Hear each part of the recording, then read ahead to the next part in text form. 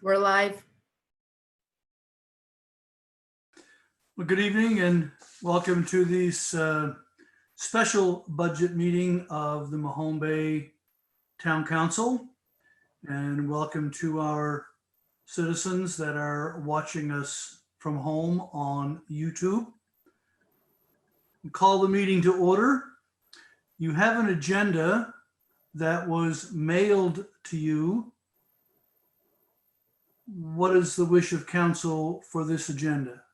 Move that Councilor the agenda be accepted as circulated. Okay, seconded by Councillor Bain. On the question, all in favor? Aye, motion's carried. CAO, can you put the agenda up on the screen for us?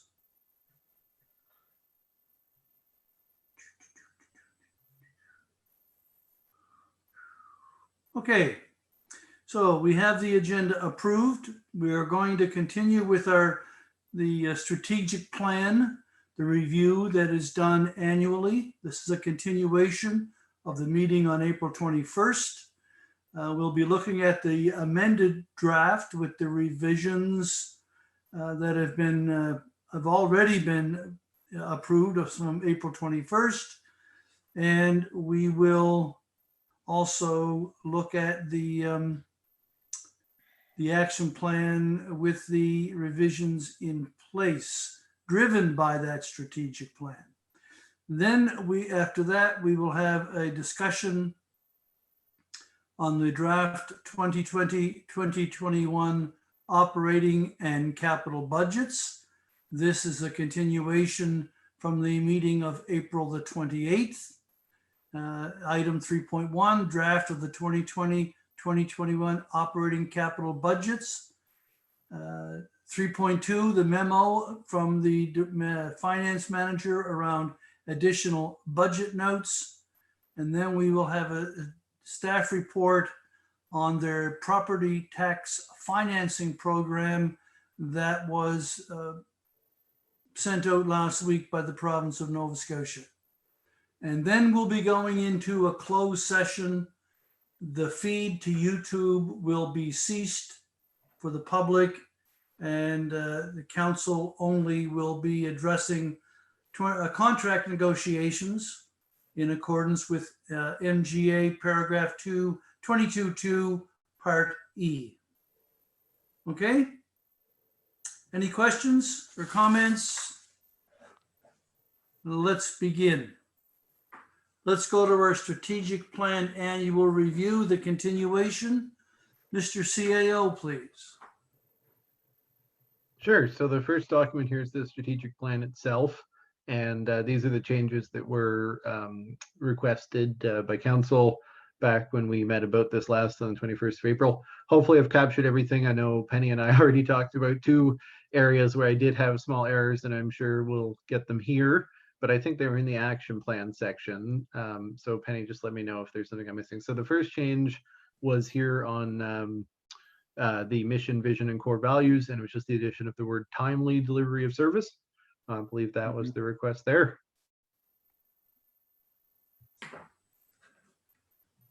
And then down here under the key strategic initiatives and core activities, we had under 3.1, the addition of emergency services as a 21st century infrastructure.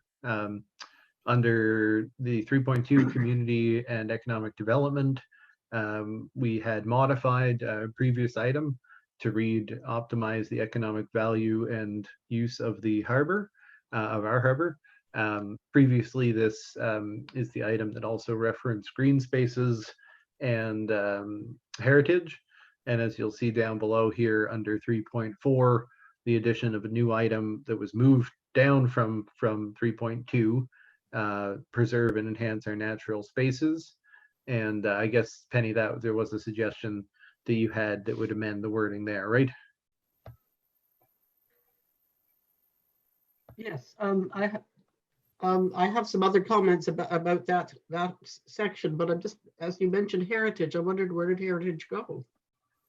Well, it's not referenced under the 3.2 optimize the economic value and use of our harbor, because the note that I had there was we'd leave all the actions are harbor related. There's no actions related to heritage.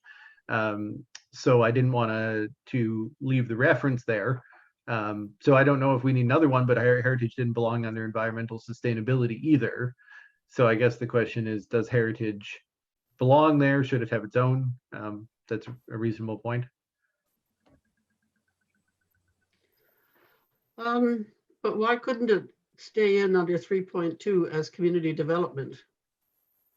Well, it could stand under 3.2, but I think in terms of leaving it under optimize the economic value and use of our harbor, the actions there, and I can bring up the action plan if you want, all the actions are very specifically in relation to the harbor. So I guess I'd suggest if we want to have something under 3.2 economic development relating to heritage, that it probably just be its own bullet point would probably be the most appropriate. That would be my thought. Councillor Feeney?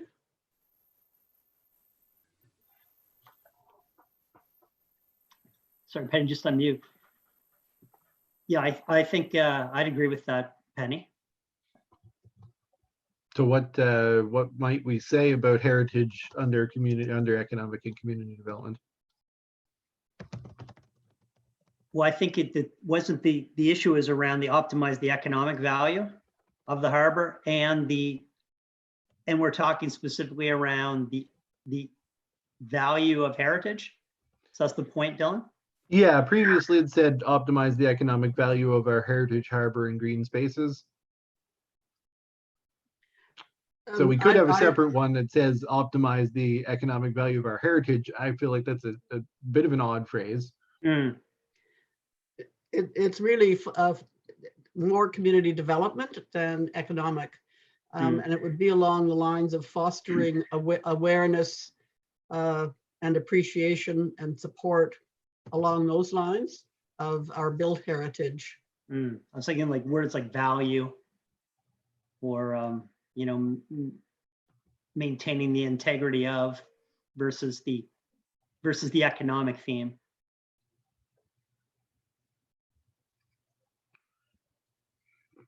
Yeah, I mean, we could, I'm just trying to think of something that is action related, you know, saying. Foster appreciation, foster support. Like we could say support the For preservation heritage. of our architectural heritage or something, because the town does do that via the programs that we have in place. And there are economic aspects to it actually, because the heritage aspect of the town is part of the draw for tourists and visitors to the town. So I phrased it as support the preservation of our heritage architecture, because that's quite specific in terms of our role with heritage, but I don't know if that's what you two would like to see there. Built heritage is often the Of our built heritage, yeah. Built heritage. Support the preservation of our built heritage. I think that's appropriate. And then I think within the action plan, we can point to the two programs we have. Yeah, no, that makes sense. So it's the registration of properties and the support for renovation. Is that what we're talking about? Yeah, that's right, Dylan. That's where my head was.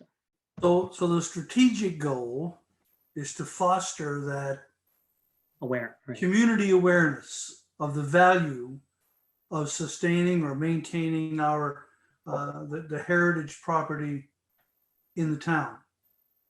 And to actually, you know, practically support it via the registration and incentive programs. Yeah, I think foster the preservation So of the foster built heritage would capture it foster all. rather than support would be the preference. I would say foster is a more encompassing term. Foster the preservation of our built heritage. Fostering the preservation has got dollar signs attached to it. Well, we do Fostering have dollar signs attached to it. It's only $1,000 a year. minimal dollars. That's right. Right, but fostering the awareness is what I think we need to do with our citizens to help them make the decision to register their property. That can be encompassed under fostering the preservation. It's part of fostering the preservation is creating the awareness. Then it can be an action.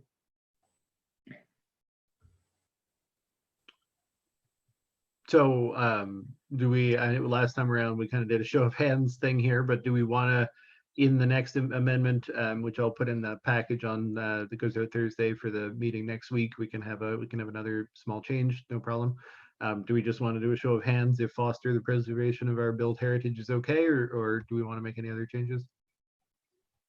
Oh, I mean, to had a that couple- line, I know I'm sorry, I didn't mean any other changes to the whole document. I just meant, are we good with this? That's fine with me, fostering the Question. preservation of the built heritage, my Mhm. hands up. By show of hands, 2, Mhm. 3, 4, 5, 6, Okay. 7. Okay, so I've got that one. I can go back to the document. So those, I think that those were the changes. That's the end of this document. So Penny, you said, oh, you were gonna say preserve and enhance our natural spaces and, Right, under 3.4.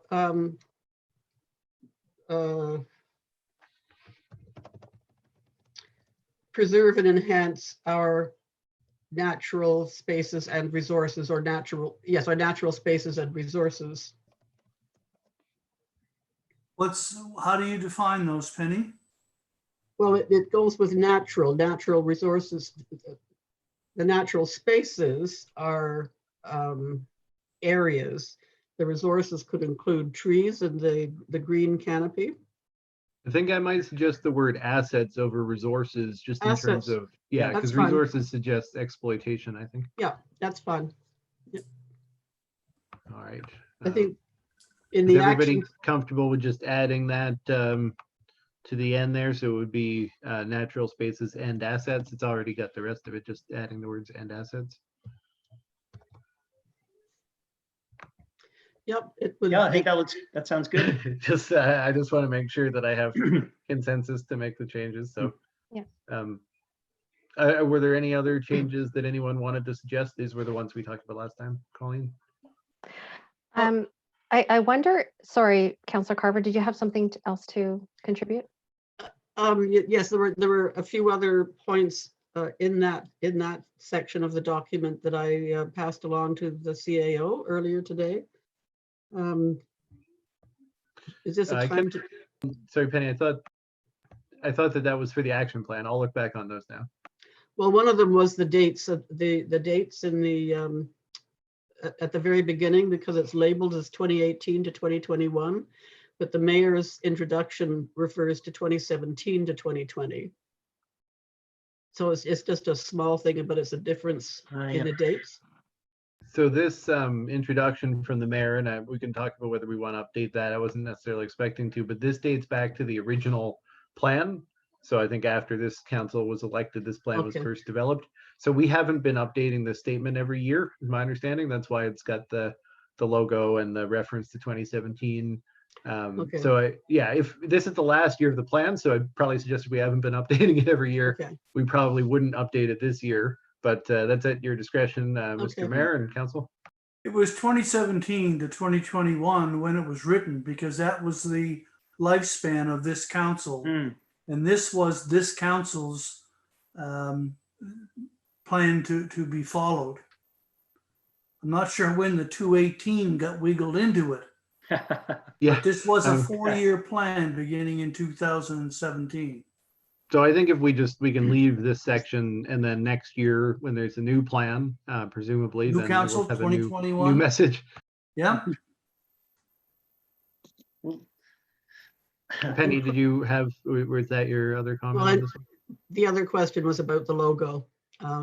But if we're going to leave things as they were, we'd just leave things as they were. Yeah, this is actually like, this whole thing is one image file in the first place, the text and everything. So yeah, we just left it the way it Okay. was.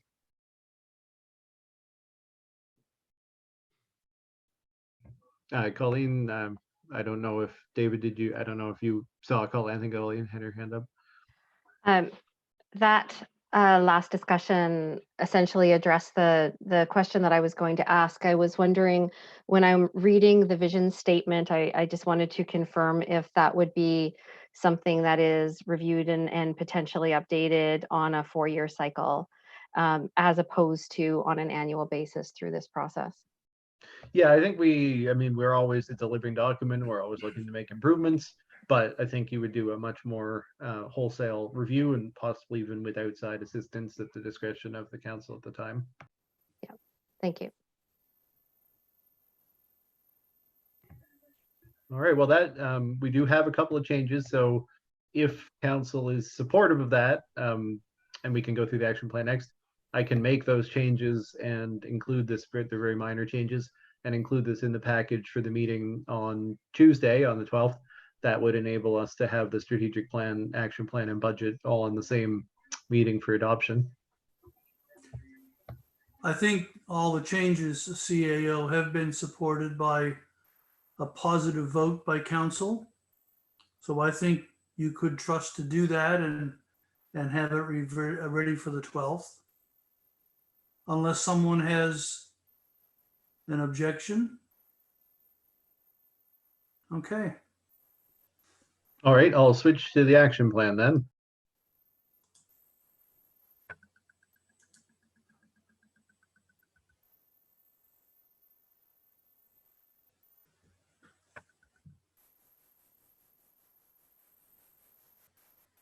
Okay.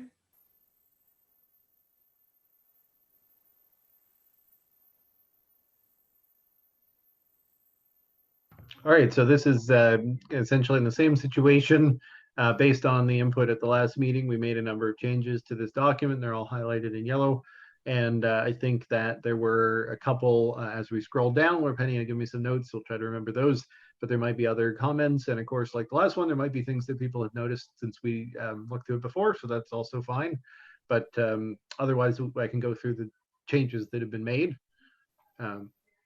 So the first one was just under facilities management, and we removed the references to the fire station project early public engagement phases and things that are complete, and just left this as the non-specific, whether it's for the fire station or other facilities.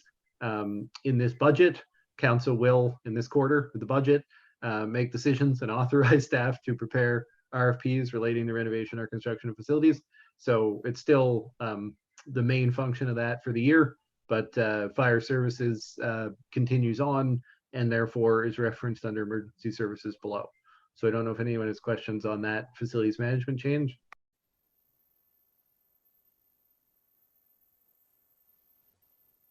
All right, well, the next section is the emergency services.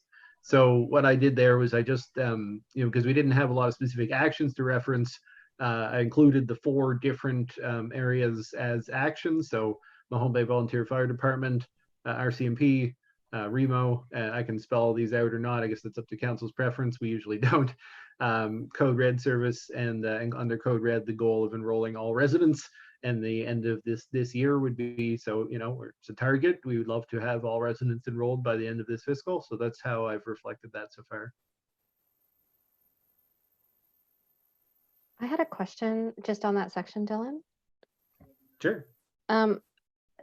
Just because it falls under the heading specific action, and I don't associate those services with a particular action within the context of the chart. Could you explain that? Yes, yeah. Well, I mean, we can write them out, but a lot of these actions that are reflected here in the plan have spoken, and that's the approach that was taken under this plan. So it doesn't have to be, I wouldn't necessarily always recommend it, to ongoing actions such as participate in the regional housing association. So in that sense, participation, continued support for, however we want to write it. These are organizations that we either financially are responsible for or participate in the governance of, or both. So that's why they're all ongoing. And I grant that in the next version of this plan, that focus could change, but there are a number of ongoing items here. Okay, I just find myself a bit confused as to why it's represented only as the noun, and when I think of an action, I think of a verb. So yeah, I can extend each one to a sentence like continue to oversee and support the operations of the Mahone Bay Volunteer Fire Department, or liaise with and coordinate RCMP services to the community, participate in the governance and administration of Remo. If that's, I certainly have no problem doing that. I would find that helpful. Is everybody else good with that? Well, maybe you can add those to it, the CAO, and the group can reassess at the next sitting. Sure, that's no problem. I'm Thank just you, gonna make a Councillor note O'Neill. to myself. Okay, So the next change was on the wastewater effluent there, and that was just we wanted to note that specific goal, which wasn't noted here before, but it is reflected in the budget, and we know also it's a legislative deadline.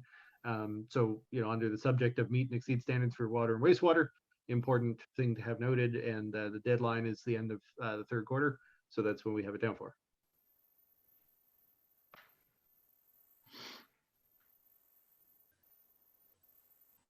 okay. Sorry, Dylan, you wouldn't mind just scrolling up a spec? Sure, no problem. Oh, doesn't go anywhere. Okay, it's okay. Oh, I Maybe go I can down. move- there we go. That's better. Thanks. Oh, okay, I see what you mean. Yeah, so that was the dechlorinate wastewater effluent. Mm, And then there weren't any more under that section. Go down under community and economic development. We removed the adopt economic development strategy because we don't have a budget for it this year. We still have the overall general action to define the framework for an economic development strategy. So that will essentially be the next strategic plans decision whether, and the next budget's decision whether council's going to move in that direction. But the committee continues to define the framework and do things like surveys they did this year and that kind of stuff. And the next change was with regards to the planning strategy and land use bylaw review, and we just moved the dates to reflect the actual anticipated start and end dates, subject to award of that contract.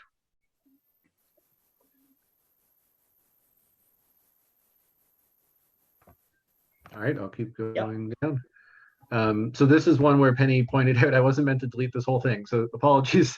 The intention here was to leave review permitted uses in the land use bylaw and stop at rehousing mix, I think, or just go as far as rehousing mix, but stop at invest. Yeah, I think it was to go review permitted uses in land use bylaw rehousing mix, stop at investigate viability of tiny homes in town of Mahone Bay.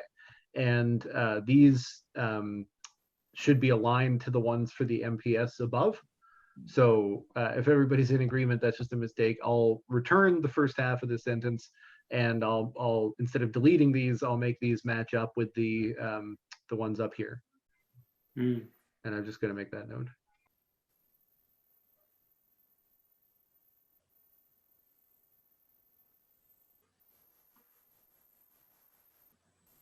Dylan, can I ask for a small formatting change to this chart?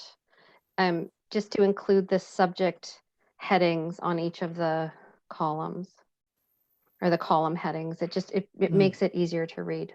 On each page. So it would be to include these parts, the general action, specific action parts. Oh, Yeah. yeah, okay. Yeah. Yeah, I can try to do that. Sure, there's a way to do that. It's this particular template's a little old, so that's another thing that like maybe the next one will be better. But I'm sure I can do something there. Dylan, just to reiterate that, so you're getting rid of the second part of that sentence, but the first part is being reestablished. Yeah, I was supposed to just cut it off at the dash there, and I got Okay. overzealous with that. that one.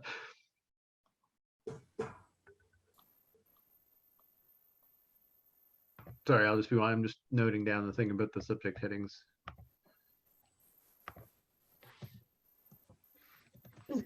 About the format, is it possible to have the static header and so that the rest of the content scrolls up underneath that static header? I think that may be the bridge too far on this last version, which is only going to be used this one time. I think that's the way to go.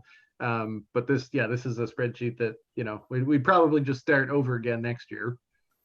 Okay. So I'll fix it, but yeah, we won't have it.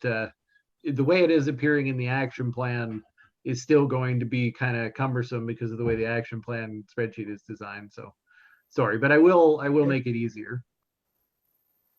We'll stumble along till then. So down here, this is the change on optimize the economic value and use of the harbor. We've already been over. It's only a change that reflects the change in the strategic plan. There's no change to the actions. And then what we'll do is we're going to add a new one below this. We already specified, so that will be the general action there would be foster the preservation of our built heritage. And then we'd have two actions underneath that, one with regard to the municipal heritage registration property program, and the other one with regards to the annual support for renovation of heritage properties. So that'll fill out a new section there. And then I think a little change here. Oh, with the shoreline project, I mean, basically we're being optimistic.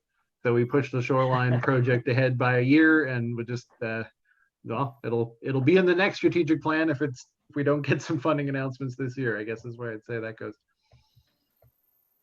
And then the final item was just the new preserve and, oh, sorry, Penny. Do you have a question? Sorry, just on the preserve and enhance our natural spaces. In the action, it says continue to preserve and protect natural resources. Do you want to change that to natural assets? Yes, I'll have to fix that. Thank you. And in the bigger category, preserve and enhance our natural spaces and assets, our natural assets. Yeah, I mean, it'll basically just be a restatement of some sort. I'll look at that. Okay.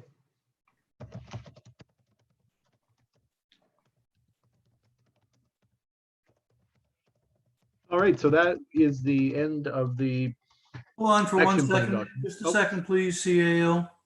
I didn't realize that we were going to call you and make changes today. I expected that discussion to be held tonight. And in particular on the provide safe streets and sidewalks, the request and implement the traffic authority recommendations is you and a consultant. There's no council in there. And the active transportation plan, again, as Councillor O'Neill suggested, it's an adjective. There's no action there, but it's between you and the Director of Operations. Again, no council. None of these decisions to proceed, these are all things that are out there. They will not proceed without council's endorsement, and I think it should reflect that in this document.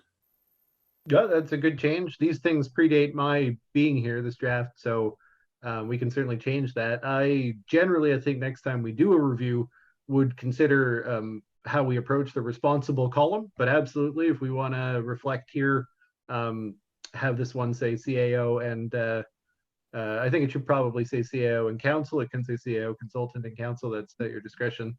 Active transportation plan, definitely, I think should just say council. Okay, Is everybody in support? everybody agree? Yeah, I think that's good. CAO Thank council. you. Good at it.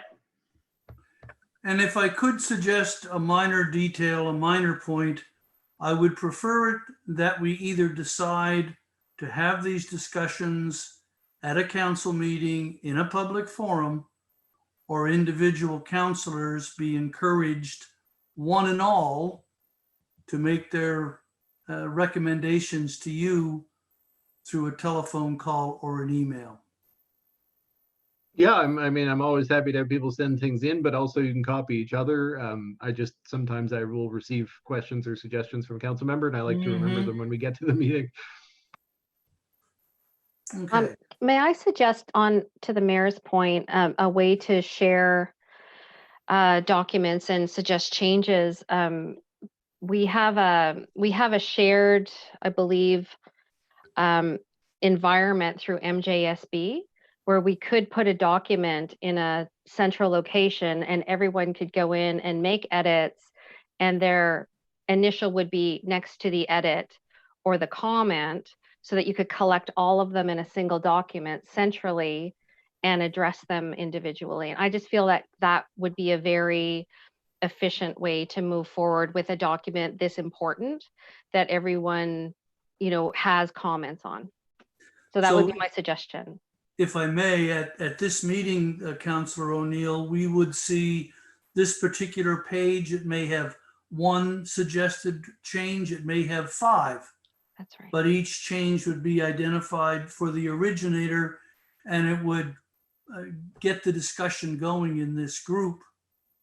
If I read Exactly you right. correctly. Yes. Okay. So I'm not sure if we have, do we have David Muse on this call? I know he had been copied on it. Oh, no, he's going to be on joining us on the 12th, I guess. Oh, I thought he was, anyway, I have to ask David Muse, like, we're currently working, this document we're all looking at is in a shared environment on the OneDrive provided by MJSB. That's how we're able to access it. So they're PDFs, and normally with a PDF, you could right click and offer a comment that way. And I'm not sure if, like, this is the screen share I'm in, so I can leave the screen share and I can see if that's possible. Perhaps we can ask Mr. Muse and the IT staff what they would recommend to enable us to do what we would like to do with it. Yeah, I mean, like I say, we're already in that environment, so there should be a way to leave, at least to leave comment notes anyway. Okay, thank you, Councillor O'Neill, for that one. Thank you. So yeah, I just wanted to make sure there weren't any other changes, Mr. Mayor, anybody else that we wanted to cover on the action plan. Anyone have anything else in the action plan? No? I think you can proceed to set it up for the 12th, CAO. Okay. All right, thank you. That's the end of the action plan and the strategic plan discussions. Let's go on to the operating capital budget discussion to finish that up. Is there any value to having the additional budget notes discussed, or the tax financing program discussed before we do 3.1? I think the question there really is just in terms of council's process. If we wanted to take 3.1 and start at the capital budget where we left off, we could continue through and then do those 2 items and then come back for, are there any other comments on the budget? We're still under the general heading of the budget. Okay. So that might be, Luke, we did make a change to the capital budget, not a change to the items, but to the presentation with regards to noting some of the timeline requirements for projects. So Luke, if you want to share that and explain that, and we can take questions and discussion there. Okay. Luke, what page are you beginning on? I'm just going to pull it up here on the screen so I everybody think can we're see on it. 89, but It's definitely near the end of the document. yeah. We'll start at 89. That's 10-year. 89 is the 10-year capital program. So I think the one that Dylan was talking about starts on page 77, and the Okay. actual sort of breakout starts on page 78.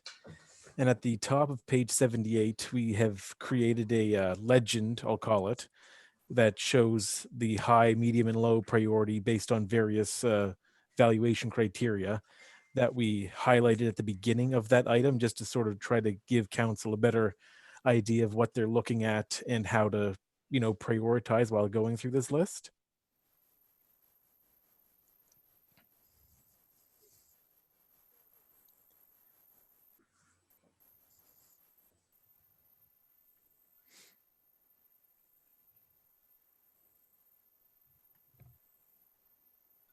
So in terms of the color coding, I guess one thing to note is the highest code there, which is referencing legislative timelines.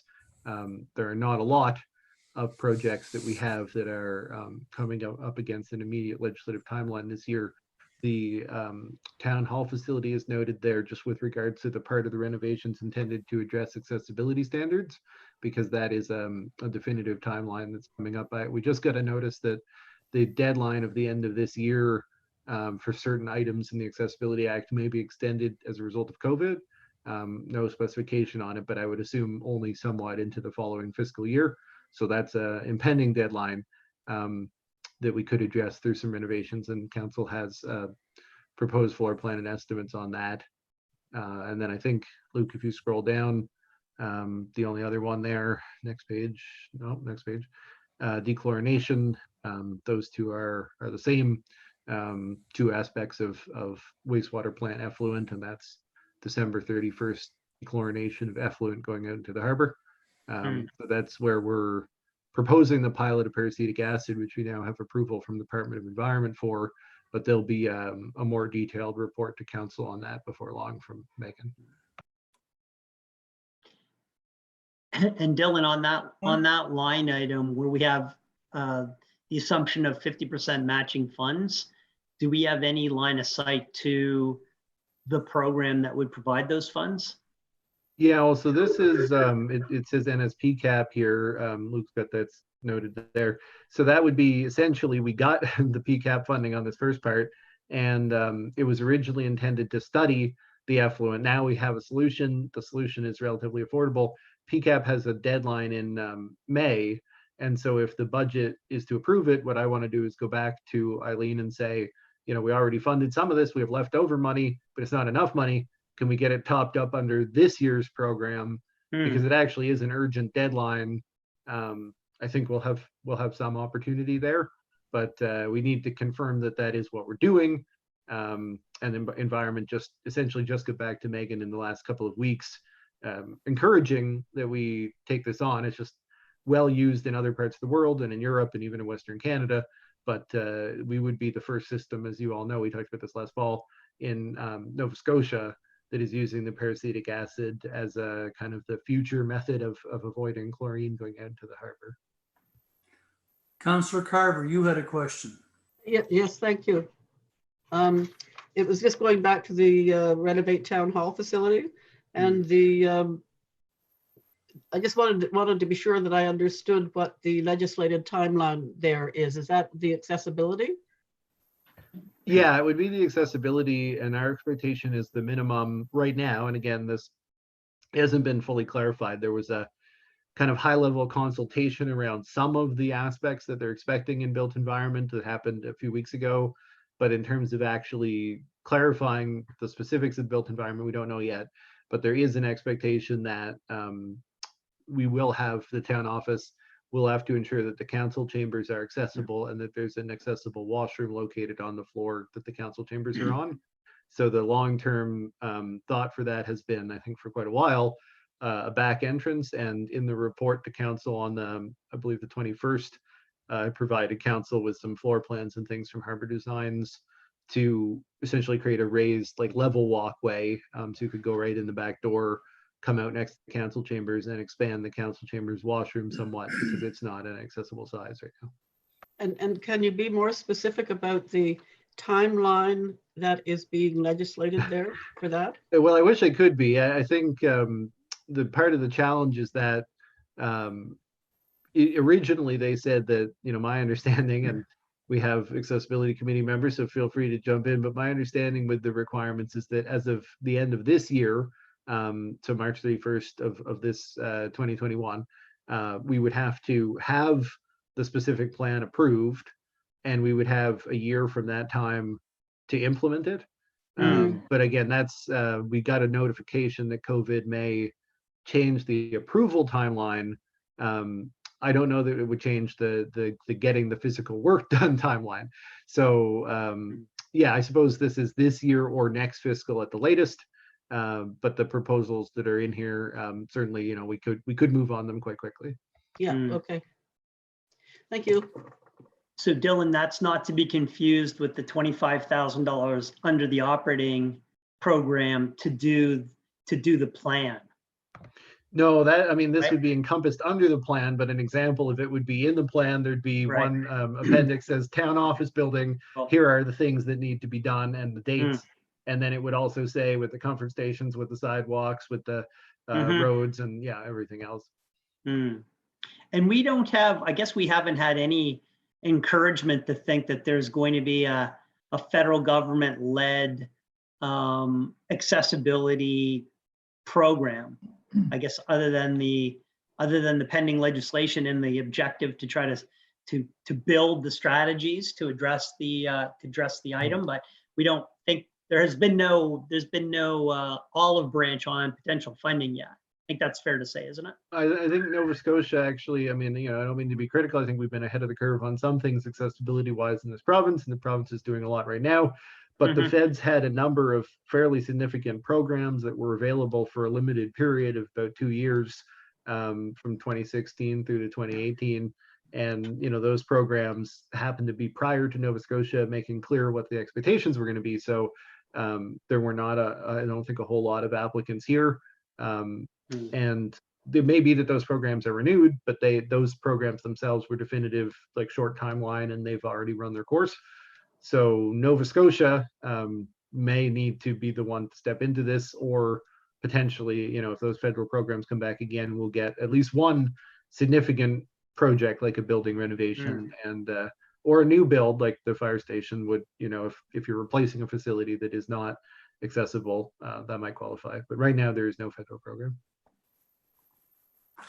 So this project of increasing the accessibility to town hall currently has a due date of 31 March 2022. That's the expectation. Okay. If one assumes that our new fire station is not going to be available until December of 2021, which would take the public works people to move over to the old fire hall, if that's what we ultimately did, is that when we would begin the renovations to the current town hall building? The impact of this proposed renovation on the public works garage would actually be pretty much nil. They'd lose the area where they have a series of lockers. A new wall would be built out. This is according to that floor plan. A new wall would be built out about 6 feet. So they would lose that series of lockers in about 6 feet of space, and we'd put storage on the outside of the wall.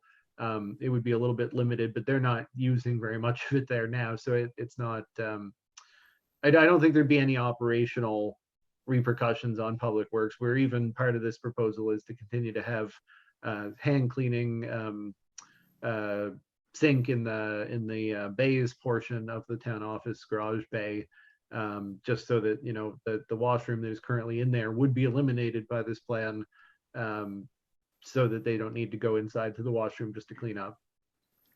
Deputy Mayor? I think we're getting a little hung up on dates.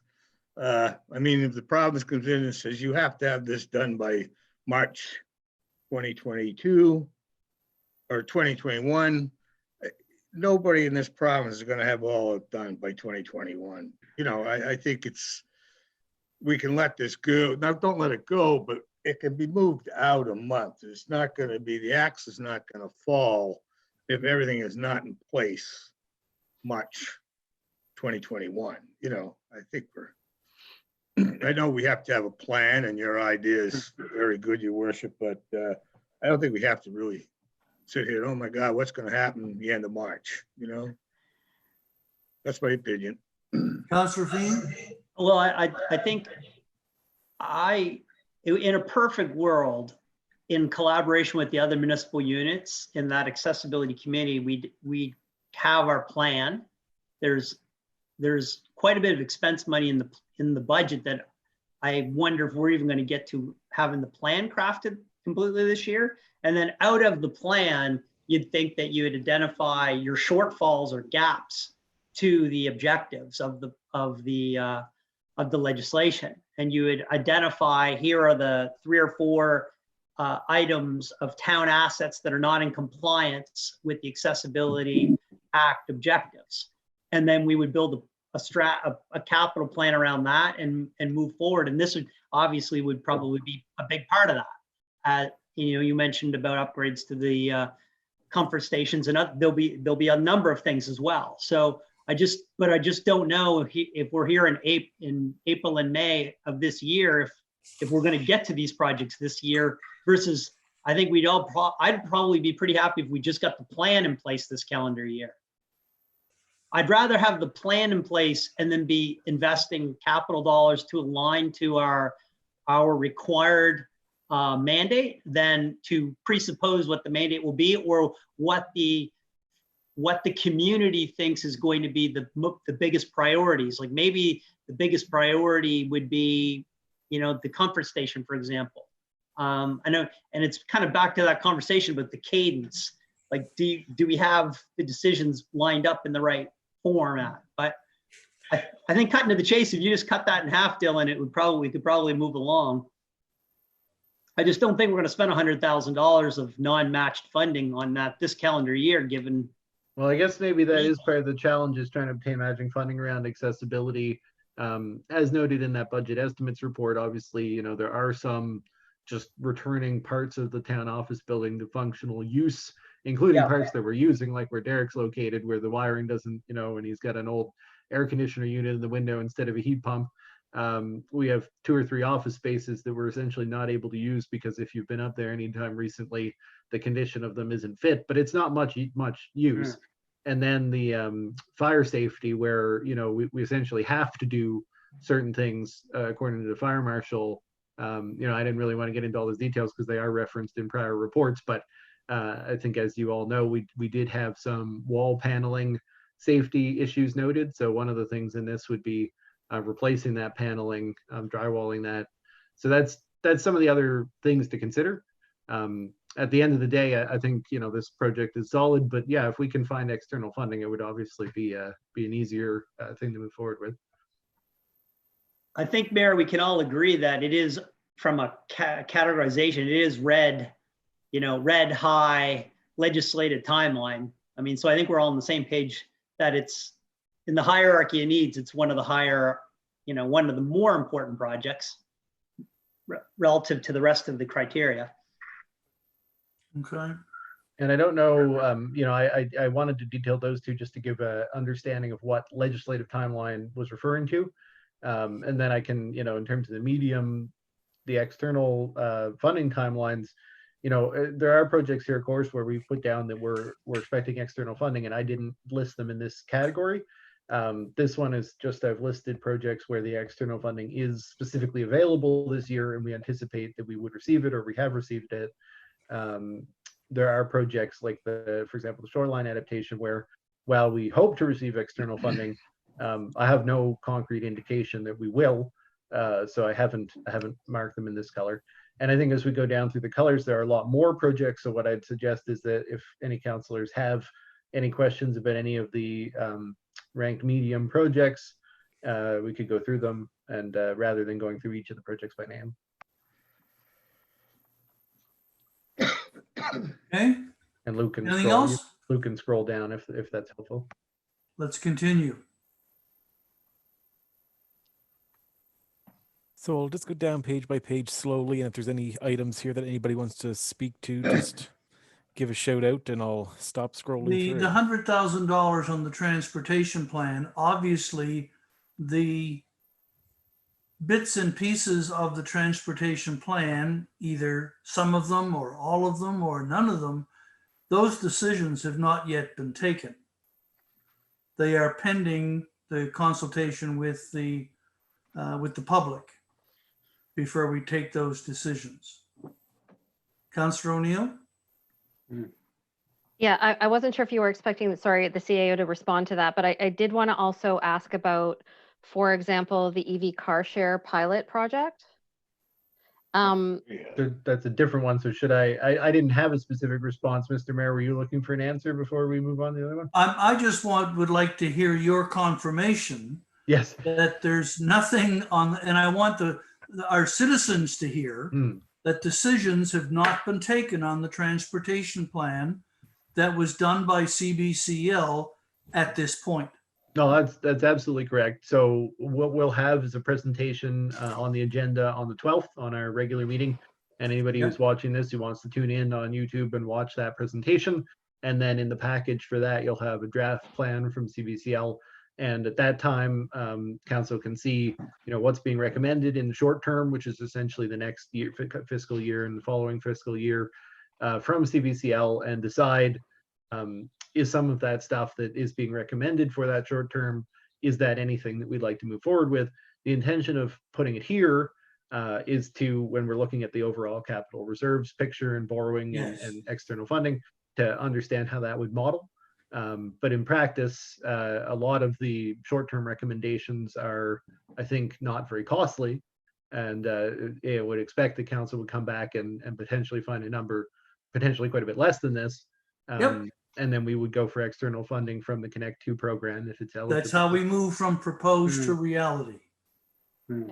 Councillor O'Neill, the EV car share? Yeah, I just wanted to make the comment that I believe that, well, it's obvious this is a pre-COVID item.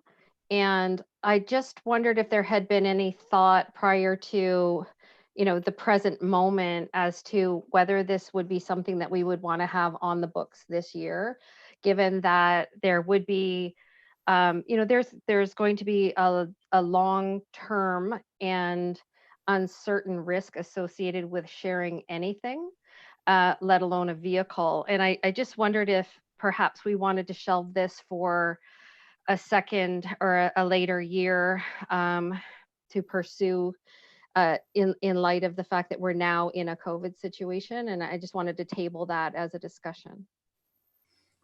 Deputy Mayor? I totally agree with Councilor O'Neill. I had that highlighted. I think that should be shoved out another year, 2 years in our capital plan. And also the EV chargers, send that down the road too for a year or two. So I'll comment on, so the EV car share, I think that makes a lot of sense in terms of the context this year.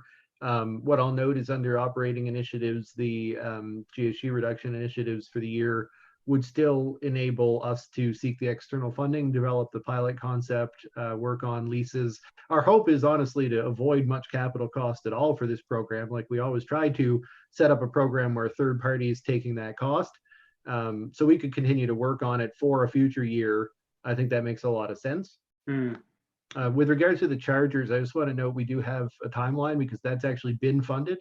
So we're part of a project through NRCan with St. John Energy, the area units, and all, I think 11 municipal utilities in Atlantic Canada. So we can look at the timeline for when we have to have them in, but we have to have them installed within a short period of time as part of that project. So we can look at that, but I think moving that one might not be possible. If I could just, sorry, if I could just, O'Neill? yeah, can I comment? I feel that the EV the EV chargers ought to stay on the current plan for the reasons that you've just described. Thank you for those. But also because I feel that that would be an item that would be consistent with the economic recovery plan for the town later in the year, as we're encouraging, when we're ready to encourage more people to come in, that project itself would be very consistent with that as an initiative. Just as an aside, we did agree to, I think, with the federal government, when we applied for the funding, we were saying to them, if you're going to co-fund this with us, this is the chargers. Right. Then we would do it. I would also, I was looking at an app yesterday. It's a worldwide app that shows you where you can find a car charger and what kind of plug it's actually got on it. I assume there must be different cars with different plug-in pieces. They must have adapters. But we would hopefully get ourselves registered on that same app piece when our chargers are up. Yeah, all that kind of promotion stuff, Catherine will do while the project gets rolled out. And there was a person on social media on the weekend begging someone to tell him where he could find a place to plug his car in. And I think he was in Chester and he was trying to find a place. Councillor Carver. Yes, I would support Councillor O'Neill's points. Keep the chargers on, but push the car share out a year or so or more. And what's the process for dealing with that now? Do we do this by motion or at this point? Yeah, we would take motions. We can either get to the end, like I made a note, we can either get to the end of the discussion of the capital budget and then do it, or we can just do, somebody can make a motion that I think anytime the motion right now, because we'll revisit that 10-year plan in the fall. I think we should mostly push to 2022, 23, sorry, 2021, 22, and then we can look at how that all stacks up. But it wouldn't be happening this year, and it would still be in the 10-year. So yeah, I think anybody could make a motion now on that, or as we go through. Somebody want to make a motion to that effect? Well, since my mic is open, I'll make a motion to that effect. Okay, so we're going to move the EV car share acquisition to 2021 or even to 2022. Right? Second that, Your Worship. Seconded, moved and seconded. All in favor? Motion's carried. So now we've got a place to plug in, but nothing to plug into it. It's good. It makes sense I'm to have the joking. plugs first before we have the cars. Yeah. Okay, Mayor, I'd like to understand, to your point about placeholders versus decisions that have been ratified by council. So I think the budget has a number of things that we'd all consider placeholders because, waiting with bated breath for the supporting co-funding from external funds to show up. Whether that happens or not, who knows? But given last year, the situation, we all know that every single dream doesn't come true. Some things happen, some things don't. But on some of the items where we're talking about allocating funds beyond our normal revenue sources, where we're actually borrowing, for example, the solar garden development is probably the biggest example of that. I'm struggling to figure out what are we being asked? I really have zero information to be able to weigh in on the pros, the cons, the merits, the rewards on that item. Yet I see it borrowing a very substantial amount of money, which in the context of our other potential borrowing, I just wonder, where does it all dovetail together? So I'd have a hard time saying I'm all for item number 22 on this list on page 80, but then we get into another meeting on Thursday evening, and then all of a sudden everyone is, can barely breathe with the concern on borrowing. How do we figure out what we're signing up to today versus a project that would maybe everybody will support a year from now or 2 years from now, but it's really hard to get my head around how we all come together on that item tonight. okay, CAO, you want to talk with, give us a response around, in particular, around the solar garden piece. I don't know how far you want to go into the financing options for it, but. Yeah, I'll address that, and then the broader question of how does this budget provide authorization. So as far as the solar garden, hopefully we don't have no rationale for the project, because Aaron did do some very good presentations in this regard last year. But certainly that was very early on. It was mostly about doing the feasibility work, which we then went out and did. And I'll note again here, there had been intention as part of this budget process to have Sean and Aaron present on that project. And as a result of COVID, some of the prep work they were doing was delayed, and they were in a way where they felt that they could, within the next month or so, give that presentation, but could not do so right now. So that is unfortunate. I think as far as where this project is, with that presentation coming up, certainly my expectation is that there will be, we've heard very clearly from the Department of Energy, there will be an opportunity by the fall to submit this application for external funds. And so before we would get council's approval to do that, we'll have the presentation from Aaron and Sean, and we'll get authorization if council's supportive. I also want to note, just with regards to the budget discussions and what this project means, this is exempted from the debt ratio that we were talking about with regards to the fire station and other projects. That's because this will be subject to an agreement between the town and its own electric utility that will see the guaranteed purchase of all energy being generated. So similar to the Ellers House wind farm project, the calculation allows for the netting of the proceeds of that sale against the anticipated debt payment. So when we do the calculation about how much of our revenue is available to support debt payment, which is that ratio we've talked about, you first net out the projected revenue in association with the sale of the power. And that is also the same for the home heating projects if homeowners are responsible to reimburse the town for that, that's also exempted. Mhm.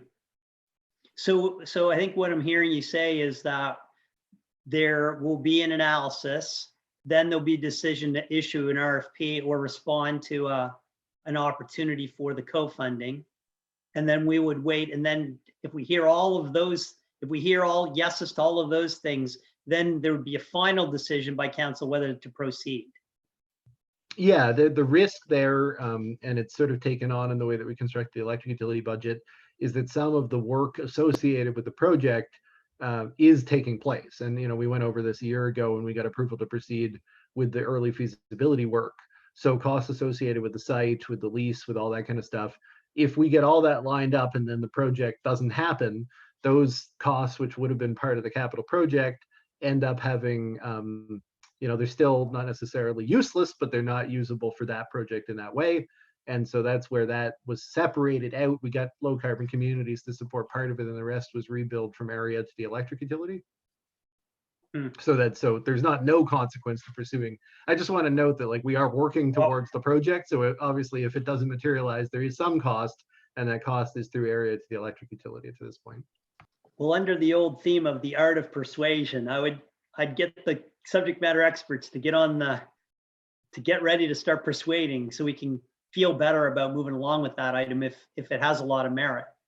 I definitely want to note the interest and the general feeling that we need that information. And I think, yeah, Aaron and Sean would be the ones to have come to council, hopefully in the next month. Okay. And I guess I can just add more broadly into how that relates to the rest of these items. There are always some items in the capital budget that are essentially tender items. So we're just saying, you know, here's a good example, actually, because Derek wanted me to talk about it tonight. He wants to get a pickup truck. He needs a pickup truck. It's one of the items that's on this list. I think it's up on the previous page.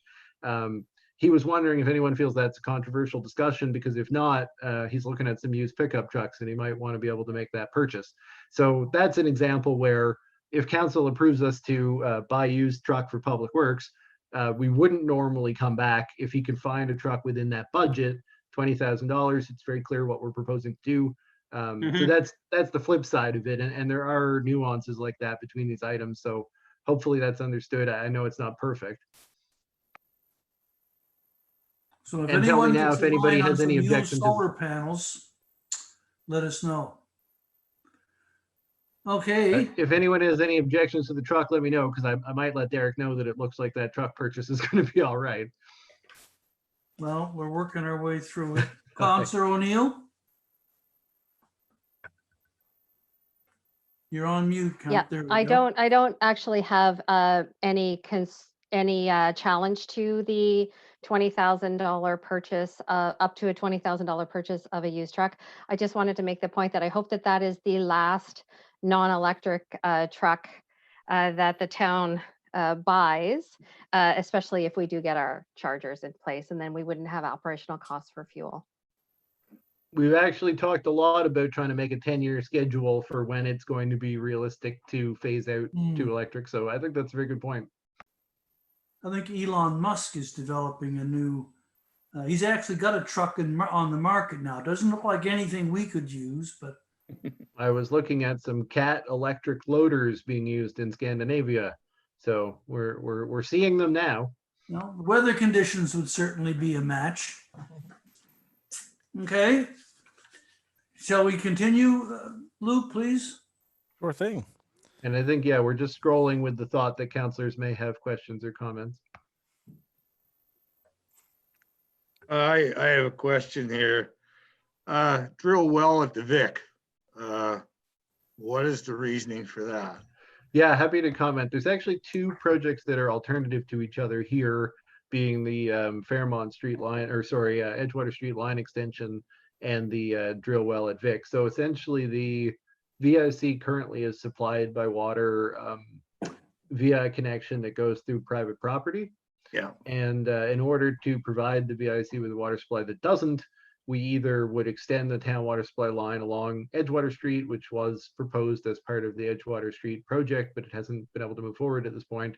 Or the other proposal was, I guess this is an old one, to drill a well there. So essentially at some point we're going to have to do one or the other, and it seems like that point may be coming up with the sale, a potential sale at some point of that private property. Well, I think we all know the property has been sold. But, you know, $10,000, if you drill a well, I don't think you're going to get it for that. We have a great county of iron in this area. So you're probably going to need conditioning equipment to clear the water up. You're also very close to the sea. You could have saltwater intrusion. I mean, that's a game that could happen. You know, you can have wells 200 feet back from the ocean and they'll eventually go to salt water. Veins will open up. But I'm just wondering if we could maybe look at extending that out, talk to the homeowner and work a deal with them. I'm sure they knew when they bought the house, the water was feeding the Vic. Have they expressed any interest to just shutting us off, or do you think some negotiations could be talked about there and maybe push that line item out another year or two if there is money to extend the water line over Edgewater Street? I certainly would agree, for all the reasons you've said, think that extending the town water line is preferable to drilling a well, which may or may not even be possible, or you'll have a bathroom with signs saying don't use this water. So we can engage in discussions with the property owner in terms of moving the item, because it is that is a reserve funded, capital reserve funded item there. You know, I think if we have a discussion where to necessitate it, we do it, and otherwise we wouldn't. So whether we remove it from the budget or not, it's discretionary, but we're not going to, I mean, I'm sure nobody's going to drill a well if we don't have to. And I think I totally agree that it's absolute last resort. Extending the water line has a lot of advantages there. Yeah. Okay, thank you. Okay. Any other questions on this page before I move along? I just wanted to make one note here, just with regards to the line extensions. Are they at the top of the next page, Luke, or the? Yeah. Just with regards to these line extensions. Oh, Carl, do you have your hand up? Yeah, but you go ahead and I'll just jump in after you. I just wanted to note, we talked about this back in the fall when we did the 5-year capital plan, and we were assessing at that time the extension of the lines to rectify straight pipe issues and some well issues in some of the areas on Main and Edgewater, especially Main Street. So just, they're not rated as any priority here in terms of timeline. That is because essentially we don't currently have them, and it's not our responsibility to provide that solution. That being said, there is a lot of interest from the property owners in that area, and they have contacted the town, to do regularly contact the town, wondering about the status of the possibility of a line extension. And I just wanted to stress that previously we have talked about the possibility that they would be willing to cost share in that, and that is not presented here. You know, this is not considered to be time sensitive, but we're the property owners who feel that it is, because they're the ones who do have a deadline to deal with, both practically speaking and in terms of the environmental consequence. We still could approach them in terms of cost sharing on the project, but I just wanted to note, we had decided at that time not to necessarily proceed with this project unless we were able to get some outside funding, and we have not been able to get that outside funding. Okay. Deputy Mayor? Yeah, did we go by winterizing the comfort stations? Or is that coming up yet? Yeah, we skipped over it, Carl. Yeah. I totally disagree with this. I know we had a great presentation from a former close resident of Mahone Bay the other day at our meeting the other afternoon, but $6,000, I don't know what you're going to do for $6,000. But these buildings were never built for winter use. You'd be replacing windows. Half the piping runs through a cement wall with no insulation. So you'd be basically repiping these things, putting heaters in. We worry about the cost during a busy summer to run them, and now we're going to heat them all winter for maybe one person in February to go in and use the wharf one once. I mean, it makes no sense. Cleaning, everything else that has to be done. And we know, I think every time we do a budget, we say, oh my gosh, it costs that much to run a comfort station. And I mean, I just don't see there's any bang for buck. We're just wasting money on it. That's my own personal opinion. And I think that should be just thrown out for an idea. It's great to have all the bells and whistles, but we got to pay for it. Thank you. Okay. E- Councillor e- Carver? Even if the concept is intriguing, or the timing is not right this year, I don't think it should be in this year's budget for consideration. And I just wanted to note to the deputy mayor's point that in the 2021 budget estimates report, you're completely correct. $6,000 up front for a couple of heaters, which then would have to run straight time. So the estimate was more like $20,000 a year in additional operating costs. So it's the capital is not the significant element of the cost here. Councillor I think Feeney? Oh, sorry, Deputy Mayor, I didn't. I think you'd have to find more money than that, because I know the pipe in each of those places would have to be changed. Service line entrance would have to be changed because they're not down deep enough. It's for summertime use. So it's a big project. It costs a lot of money. Anyways. Mr. Feeney, Councillor Feeney. Mayor, the only point I'd make is those are significant town assets. To replicate those buildings today from scratch would be hundreds and hundreds of thousands of dollars.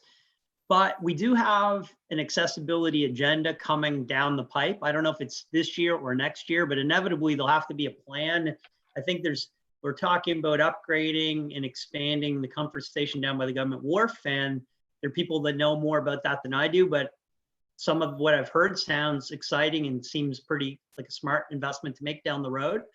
So I do think that if we will need to make upgrades to meet our accessibility mandate for those buildings, and we'll have to make maintenance, and we'll have to, fix broken tiles. And I think rather than take a $6,000 line item here, maybe we need, I think down the road, maybe next year, we need more of a longer term, more of a bigger plan just around the state of the nation and those comfort stations. And if we need maybe that needs to be part of our beautification agenda for a year from now. This year, I noticed we have a few odds and ends. We've got the missing lamp posts. That'll warm the heart of my mother to see those broken lamp posts potentially beautified, and a few other odds and ends. But I do think that those facilities this year, I'd be surprised if we even open them. I mean, if we even open them, let alone repair them this year, given the cost. But Councillor O'Neill. Unless the deputy mayor would like to make this motion, I would make the motion that we remove the item to expand the wharf comfort stations from this year's budget. I think it was for both comfort stations. It It'll be says the comfort stations. winterizing, the two Winterizing. Yeah, projects. pardon me, to winterize them. Yeah, it's the two projects, to winterize the two comfort stations and to expand the one at the wharf. So Colleen, do you want to say moving both of those ahead in the 10-year budget? I was just jumping in to see if the deputy mayor, as he brought it forward, wanted to make that motion. Oh, I'll let you make the motion. I'll gladly second it for you. Oh, okay. So I would move that we remove the item to winterize the comfort stations from this year's budget. Oh, but so just that, not the expansion of the one at the marina? Oh, did you need them? I assumed you'd need them together or separately. Either way, that's fine. We can do them one at a time, or we can do them together. Well, I would remove both of them from this year's budget. I would move to remove both of them from this year's budget. And Carl, do you second that? Okay. You've heard the motion. Councillor Carver, did you have a comment before? No, No? Okay. The only point that I would make is that the operation of the Comfort Center on a year-round basis is one of the key recommendations from the study that was done by the Economic Development Committee. And it remains one of the commitments from the Mahone Bay Tourist and Tourism and Economic Committee group. Just a comment, your worship. Do they Just know? one have second, any- please. Pardon? And in the process, Oh, sorry. by taking these things out of the budget, if the province does come out on May 22nd, I don't think they will, but if they do come out and say that the emergency health order is listed and the stores can open, and the stores in Mahone Bay are going to be struggling to try and recoup as much as they can of what they've lost in a flawed tourist season, there's not going to be any washrooms for them to use either. Councillor Bain.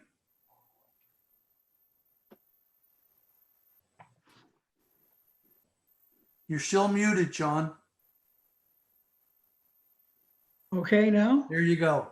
Okay, I don't think that was really the point of it. I think they will be open this summer if Yeah. it's possible. It's just that they weren't going to do the upgrades for all year round.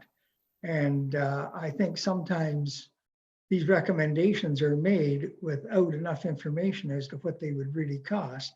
And then those recommendations might be somewhat modified or pulled back a little bit to maybe accommodate shoulder seasons, but not all winter. Okay. Thank you, Councillor Bain. Deputy Mayor, you had a comment? No, I was gonna say the same thing. Thank you. We have a motion on the floor on the question. All in favor? Motion's carried. So those two items will, that is the two comfort stations, the 6,000, I think the other one is 20,000. They will be removed from the budget. Yeah, they're going to be moved forward. Okay? Sorry, Mayor, I think that the $20,000 number was associated with the operating budget, not the capital budget. Okay. 6,000 and 66,000. 6,000 to winterize both. Yeah, but as the deputy mayor noted, like we did have an engineer in to look at the buildings and Derek looked at the buildings, but all that cost is just for heaters and extra insulation, and one of the two doesn't include the piping. So if that's an extra concern, we'll have to look at that for when we revisit this item down the road. I think we did the right thing. Okay. Next item, do we have a, So I think we're at the end of the general section here, and I don't know, before we Yeah. move into utilities, if anyone had any other questions or comments about the general, we can move into utilities. Luke, just water from, utility? sorry, Mayor, just one question to the CAO before we wrap this up. These budgets, are they based on the proposals that we sent in a year ago? For example, like the line replacement and the line extension that you have on that page. Are those numbers still based on where our 2018 estimates? Yes, they are. Okay. So in both of those circumstances, we would expect funding under the kind of a similar format to what we thought we were going to get a year ago. Yeah, I mean, that program's a 10-year program, and they still say that the next priority after treatment will be collection and distribution of water and wastewater. So theoretically, you know, this is the next thing that will be funded whenever they get there. Okay. Okay, thanks. Time is slipping by, people. Let's, counselors, fellow counselors, let's, So within the utilities, I think the easiest thing is just to say within water utility, were there any items anyone had any questions or comments about with capital for water utility? You'll note there's not applicable on at least one thing, and that's just when we have a capital item in water that's accounted for in the rates based on the anticipation that we will do a replacement or we will put in new services, but we will only do those things if we have new service requests or need to do so. Councillor Carver, or I'm sorry, Councillor O'Neill. If you can just scroll back up again, thank you, Mayor. If you can scroll back up to the install air conditioner. I just wanted to be clear that that was a heat pump or an air conditioner heat pump. Yeah, I think it's an air exchange. I can get more information, but it's not like a window AC unit. Okay. Okay, Okay, so go on to move the along. electric utility. Electric utility. Are there any And again, questions? we'll just, I think they all fit on the one page, but does anybody have any questions about these items? We talked about the EV chargers already and the outside funding confirmed, noted as confirmed there.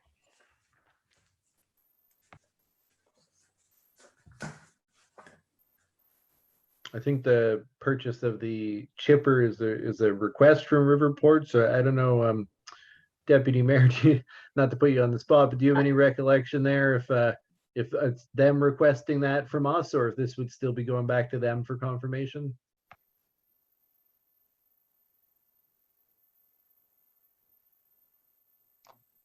I think that should go back to the Riverport Utility.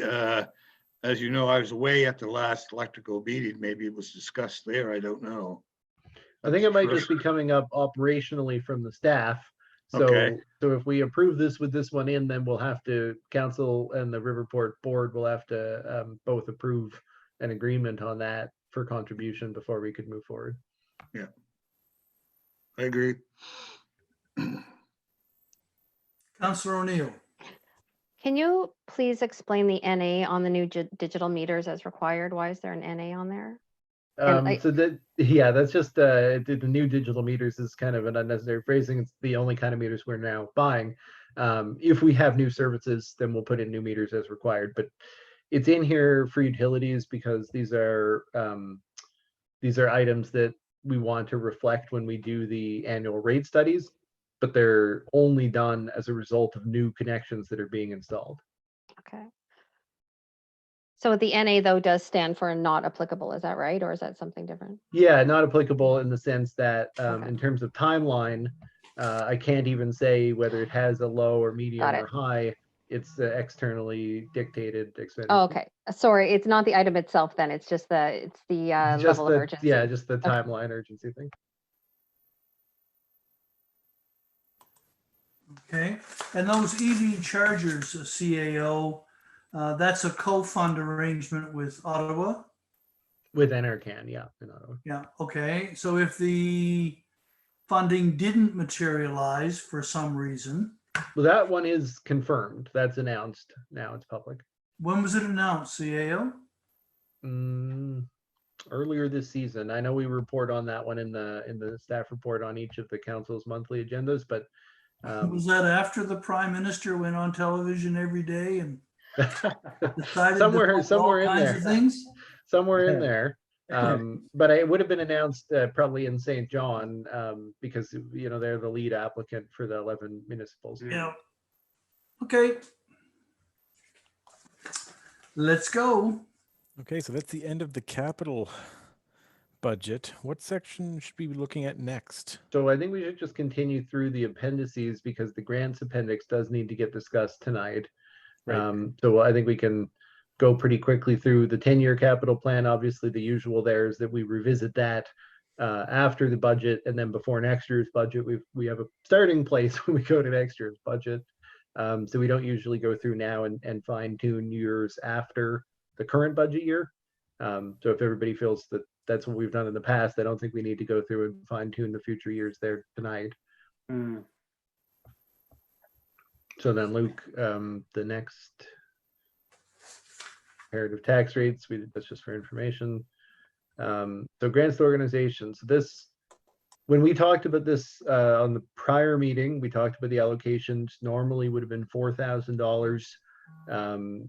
We've talked about the idea of a possibility of $5,000 for staff matching donations to United Way, and I believe council determined that that would not be in the budget, so that's not reflected here because that happened at the meeting since this draft came to you. But because council approved that, what we've got in here is $9,500 for grants, and of that $9,500, $4,000 was the prior year allocation. So the question there was, do we allocate $4,000 based on the grant applications received? Do we allocate $9,500 or somewhere in between? And I believe council wanted to make that determination tonight after reviewing all of the actual application packages you received last week from Maureen. Councillor Carver. Yeah, could you go through that part again, Dylan? I missed, you said the 9,500, of which 4,000 is what? So the prior year grants to organizations allocation was 4,000. Yes. So we suggested 9,500 in this budget, and the additional 5,500 was a COVID specific. Would council like to either increase the grants budget or offer a second round of grants in the manner of the municipality of the District of Chester? So you certainly, if you just awarded 4,000 here, that was the expectation of folks when they applied for this particular program, because that was pre any discussion around an increase in budget. I just wanted to make sure council understood those were the options. Your worship, if I may, Yes, please. at last council meeting, didn't we pass a motion that we weren't to use taxpayers' money to fund community groups? That was the basis for the decision around the, one of the policies that we were presented with. Exactly. So, I mean, half of these, by that motion, we can't do anything about. Because we passed the motion not to use taxpayers' money. Well, I'll just clarify, is the discussion around the motion was around the idea of using taxpayers' money to support nonprofits, but the specific motion was only for the $500 that would have been matching to staff donations. So that doesn't necessarily extend to the rest of the grants to organizations. That's for tonight. Well, that's not the way I read it. But that's okay. That's the way it is. But just a little tidbit of information. We have never contributed to the United Way. Matching monies. Yeah, and so that the council decided that we wouldn't begin doing that either. So That's we're not right. doing that. But these applications are under council's grants to organizations policy, which the council does solicit applications by March 31st of each year. So these are just the applications received under that policy. That's not the way I read the motion that we passed, that was passed last week, but that's okay. That's You'll have the minutes in your package that's going out Thursday, so you can take a look. But yeah, we were in discussion on a specific policy recommendation that night. Yeah, I think that last week's motion, last week's approvals were based on the new employee programs. One of the subsets had to deal with the matching grants. Yes. Not specifically providing a matching grant, like to an actual organization. So, But I wonder, Mayor, and I know this is all this line item's always been something councils we always, struggle with.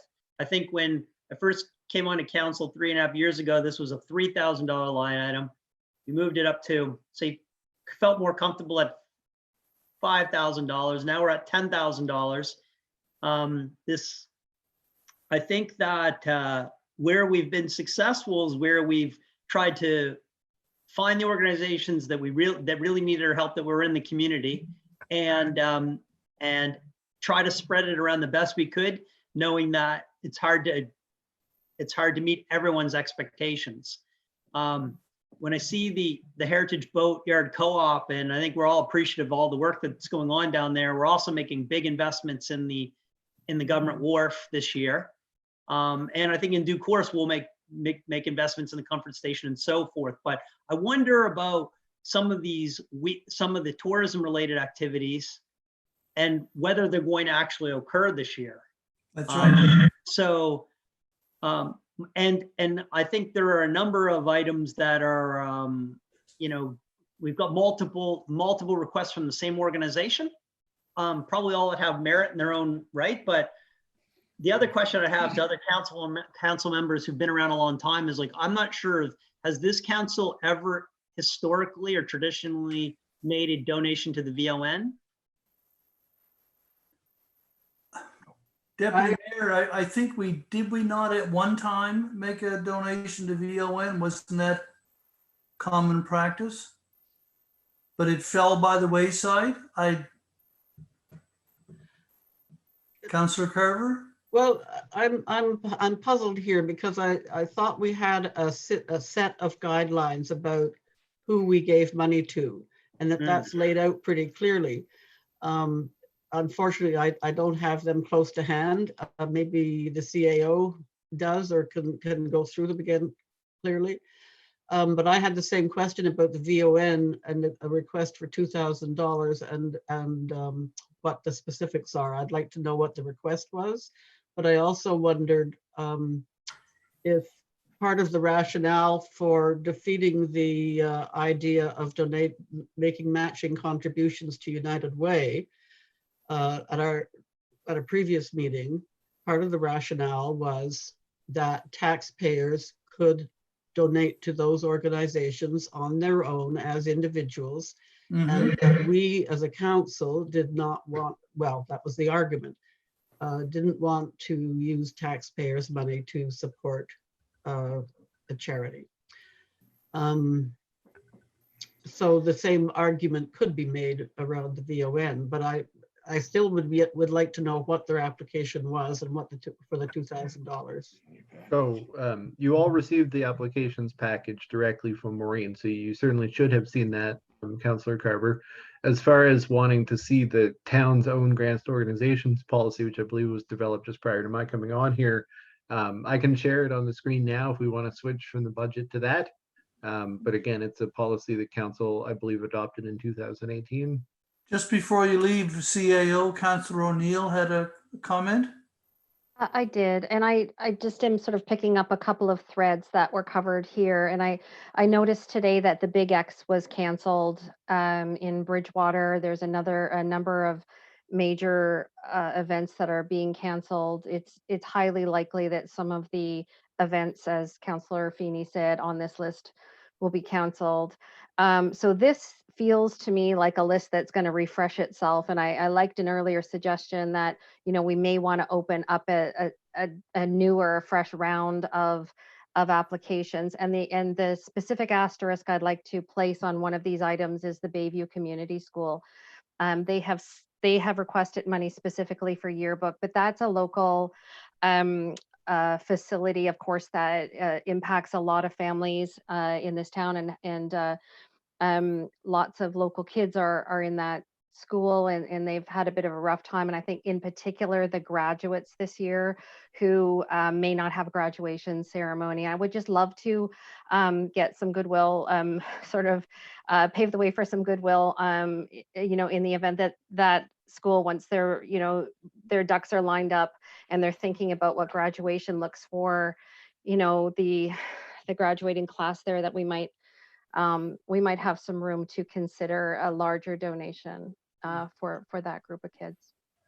And we've always donated to the Bayview yearbook program at the school. So it would not be out of character for us to accept their request. Councillor Now, you had a comment? Yes, just going back to what we had discussed last time about using taxpayers' money. I agree with the request of the VON. I can't recall exactly what they had requested, but I think we have to be very careful. I mean, that's going from $0 to 2,000 just like that in 1 year, and a few of the other ones the same way. I think we have to have a very serious look at that and see, you know, to go from $4,000 to $9,500 this year. We have to look at that very seriously. And I don't believe that, depending what the request was, but I can't recall right now what it was. I remember the stuff coming out, but to go up to $2,000, that just seems a little high. And like I say, we passed that. CAO, you had a comment? Yeah, I was just going to say, the discussion usually, I think, you know, we're ranging down through and picking out a few of these. I think that in prior years, and this has been the system now for at least the last 2 years under this policy, it would be reasonable to go through line by line and just simply say, you know, yourself as the chair, for example, do we have support to include this? And those that you don't have support to include are not funded at this time, or this will have to be revisited at another time. But I think it sounds like there's certain items here that everybody knows how they feel about them. So we could go through the items and just have that decision. Councillor Carver? Yes, and could we have reminder of the guidelines again before we go through that exercise? You had them on, you were going to put them on the screen, CAO. Yeah, if we want to, Luke, can you stop your screen sharing for 1 sec, and I'll put up the grants to organizations here, and it's a, you know, it is a policy, so it's a little lengthy if you have any questions.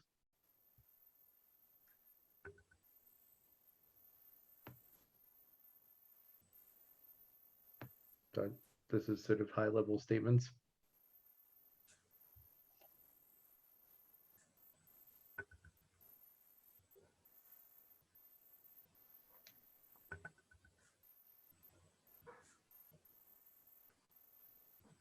If you're looking at the types of grants, then it is quite broad and inclusive of, you know, entertainment and festivals or public health. There are some restrictions, if I can scroll down here. So it's some reference to operating grants, but there is a little eligibility requirements, and I think this is probably the section. No profit organizations. Hospitals, clinic-based schools. Yeah. Watch the hockey game. It's a well-crafted policy. Can I just get a clarification on 2 of the items under the applications will not be accepted from category, being the hospitals, clinic-based services or medical treatment programs. In a strict read of that, I wouldn't put the VON in there, and I just wanted to. Agreed. And then the other one is similarly school boards. I wouldn't put the Bayview School in that either. Not a school board per se. Right. So that doesn't include schools themselves. I'm just wanting to be really clear on. Yeah, I guess the question is, who is the applying organization? On the yearbook one, it's a student organization or something, right? Okay. And then if I could just add a follow-up question real quick to that. So if in the event that the Bayview School would actually be trying to create something new that hadn't been conceived prior to COVID happening, so that their graduates who may not have a graduation ceremony can have something special, is there a mechanism in place currently that they could apply in a second round of grants, or is that not possible? So currently, this is the only round of grants we do in a year. Yeah, okay. So would that be possible by motion, or is it just not possible? I think it's a function of the unallocated reserve, what's left over, if there is any, Yeah. historically. Okay, thanks. So yeah, function of the allocation and then of council setting the budget. If it's just set at the allocated amount, then there wouldn't be any opportunity there. Mayor, I know that like this is a $5,000 to $10,000 item, but I think every council across the country struggles with this particular, mandate. I know I can recall many times hearing discussions and people struggling about, these are taxpayer dollars. And so we need to really, I think, resist the urge to expand the program. And I think 100% expansion of the program is just too significant in one calendar year. I know I'd feel more comfortable with capping the grants budget at, say, $5,000, and then having a quick review, having a quick scroll through, and then reallocate the money based on the priorities of council to that level of overall spending. And then at least at that point we could, because I think what inevitably happens is that you get next year, we'll be looking back and so we did 9,500 last year. Well, what's 10,000 or maybe 11,000? It's only a little bit more. And then 3 years from now, it's 14,000. And I just think that. So, Can we go through the list and see which ones we would support or would not? fair enough. Councillor Now, did you have a? Yeah, I just wanted to agree with what Councillor Feeney was saying, that I think there has to be a cap here. Just because somebody applies doesn't necessarily mean they're going to get it. And I think we have to put a cap on the amount of money and then divvy it up accordingly. We might have to cut some of the grants back a little bit or decide what we want to do with it. But I think we have to have a cap, like Joe said, about $5,000 or so. Let's go through it and see if we'll support it, and if we'll support it for the amount of money they've requested. That's always an option too. Councillor Carver? Yes, I agree with the idea of a cap, that we set our envelope. And last year we did that, and we deliberately then allowed a little bit of wiggle room for later on in the year. So Mm. that I felt that was a very effective way of approaching it.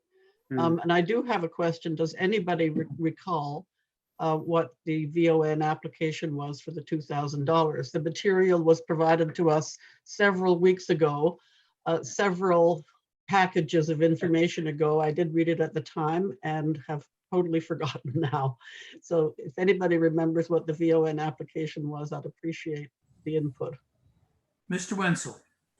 It was a $2,000 request to improve the transportation services throughout Lunenburg County. To improve the transportation services. I'm going to just call up a document here. It's sort of my working file that I've been using. And beside every grant request, it's got a short little brief description of what that request entailed. So that might help in this discussion. Okay. I'm at a point where, quite honestly, whatever the VON wants, the VON can have, frankly. But, I mean, I'm curious to know what's in the package as well, but just to let you know where my head is at on this vote. So here, to correct myself.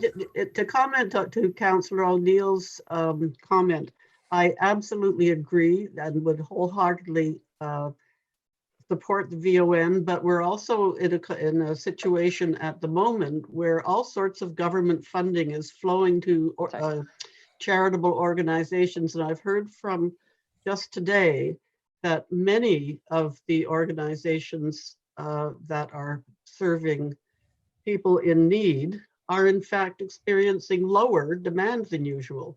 So now back over to the VON. I was told the same thing by the Meals on Wheels people. There was no hesitation on the part of the recipients to see them stop their service because of COVID. Yeah. Deputy Mayor? Not to belabor the issue, I want to get through this too, but there was an email that came out from United Way, and they just received, I think it was $35,000 from the charitable grant program. So the money is flowing to these areas. So Okay. anyways, let's go pick Let's some go through the list. Okay. Bayview Wait, School. what was the application for the transportation? What does it mean? For the VON, all that it was received was expand transportation services in Mahone Bay. So I assume it must be transporting citizens for, I'm really not sure the exact reason. They, Mr. Right. High. maybe they need a new van. I don't know, Penny, do you know where to see comments if in the chat function here? Do you know how to see that? Yep. You go down and click on the chat button at the bottom of the screen. Yeah, I've done that. It's just a matter of being able to read it. Yeah, the formatting is tiny. not great, but I've just copied in there the full description of what they're proposing. So sorry, that's probably the fastest way to. Well, it's blank at the Like- moment. if I could Oh, explain a little oops, bit. There. I'm sorry. Here, I gotta send this to all panelists. One sec. Sorry, Richard, you can say that. There but we go. There's the text. Sorry, Penny. Thank you.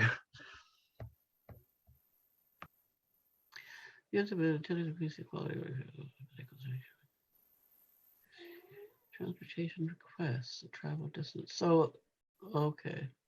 So this is the volunteer driving program Yeah. where residents are picked up and brought to medical appointments across the province. Yeah, they have a program where they take people to medical appointments, take them to the grocery store, so pick up their groceries. They transport people to various different things, and they don't have their own transportation. So that's what the VON does with that. Okay. So The the key cost line would is be, the very last line at the bottom there, where it says that the funding would be used to offset the cost of transportation program offered for residents of the town. good. Okay, thank you. That's the information I wanted. Thank you.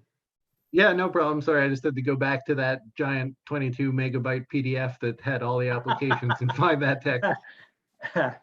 Just on the side for that, the VON does transport people to like the food bank and that type of thing when we are open.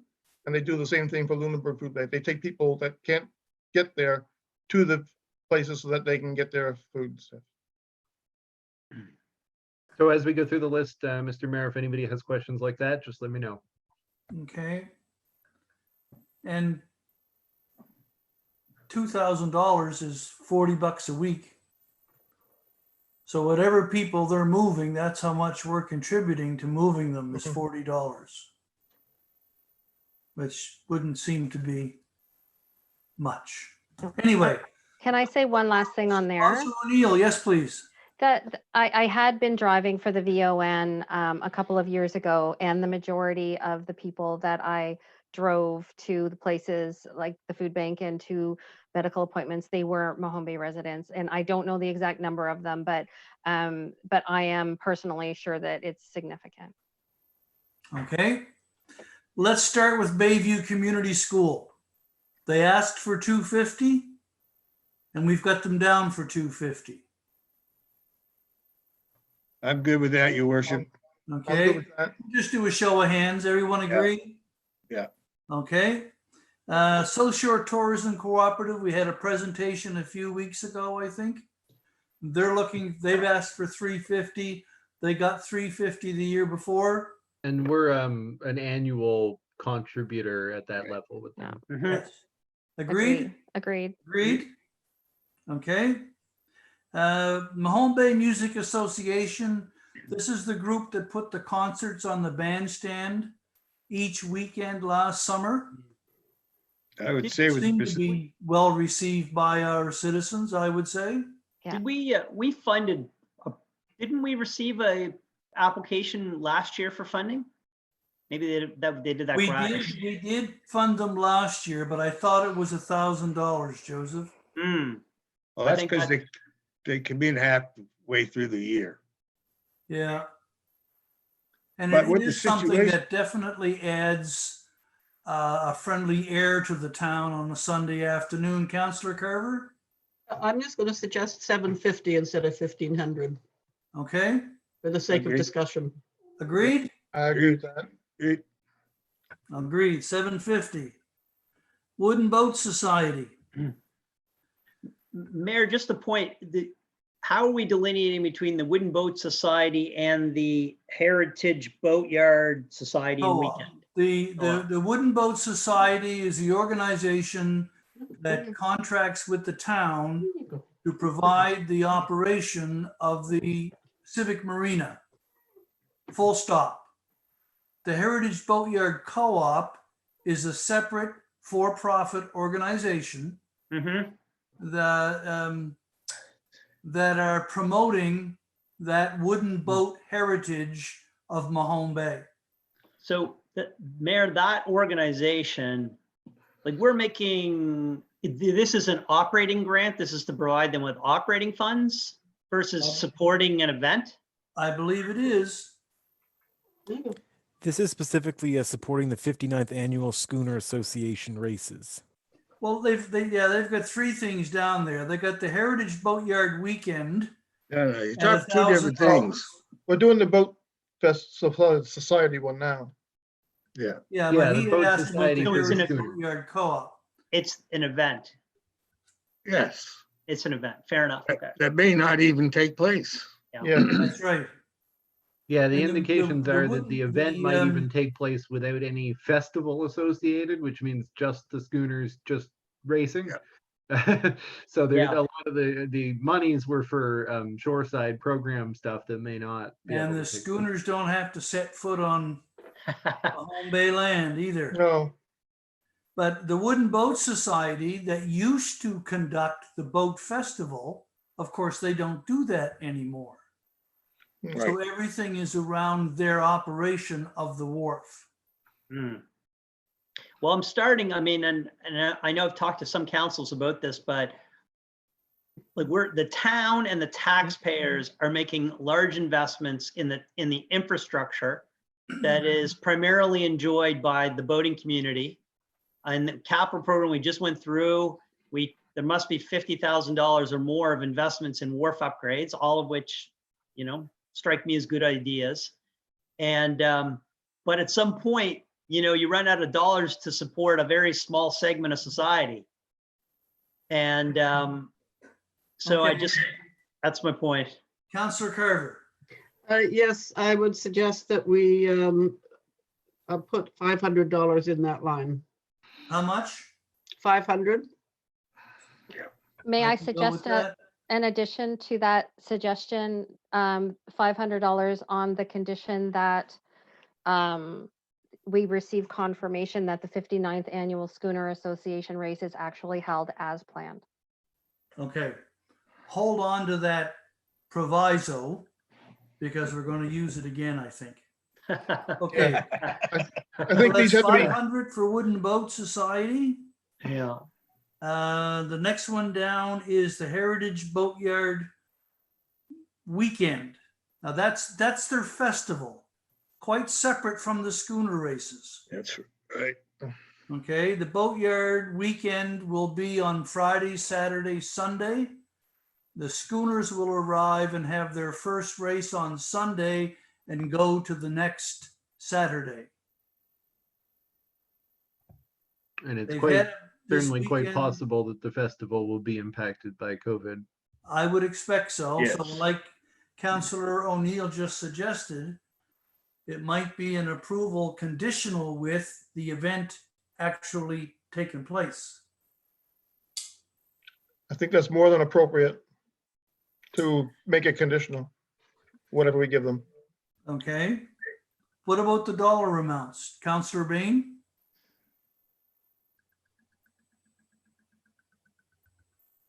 No, you're still muted, John.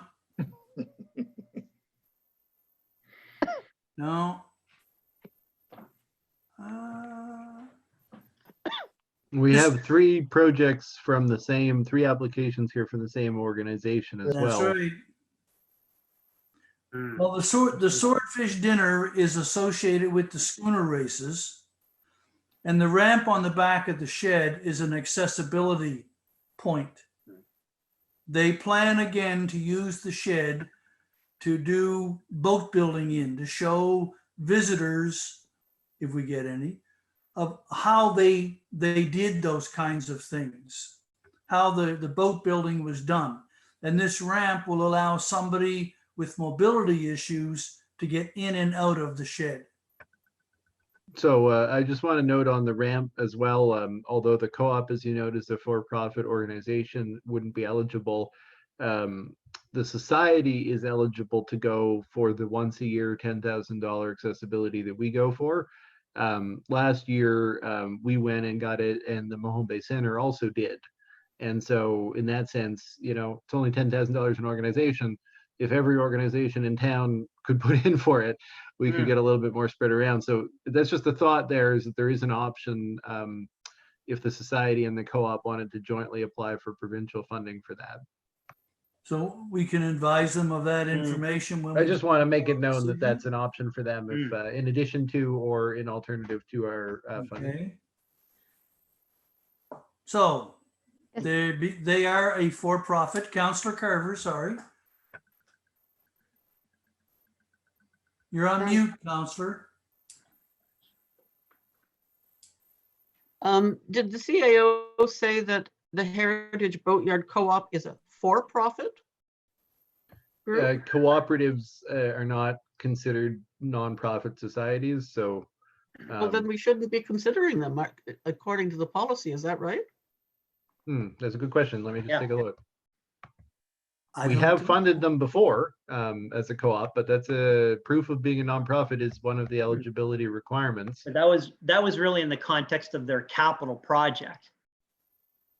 I think their funding in years past was really around the construction of the building versus an operating expense.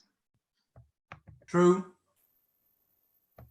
I believe you're right, and with the policy that we have, then they're not eligible for any of these grants as far as I can see. Okay, Councillor O'Neill?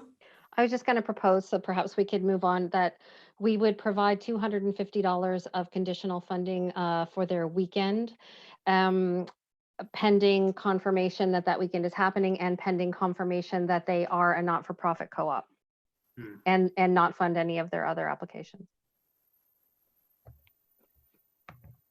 You've heard the suggestion? I like- 250 upon confirmation. I mean, I'd rather fund the accessibility item, but fair enough. Yeah, Well, the accessibility item was taken up in the last conversation about joint funding that's available for that project. Mhm. And I think I very much like the idea of our municipality making all kinds of organizations aware of that funding and encouraging people to apply for that independently of our granting program. Okay, I think Councillor Carver hit the nail on the head. I just don't think this organization with their current structure is eligible for funding from this source. If they, is that a recommendation? think so. and I agree. I'm not prepared to support Councillor O'Neill's suggestion of the conditional approval because it would be contravening our No, policy. may I explain?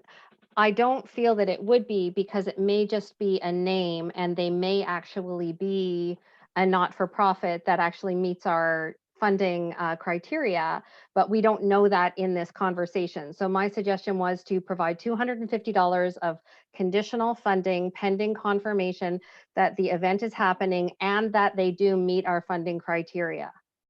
Deputy Mayor? If they are, they got to be registered with the province. And if it's a Yeah. co-op, basically the writing's on the wall.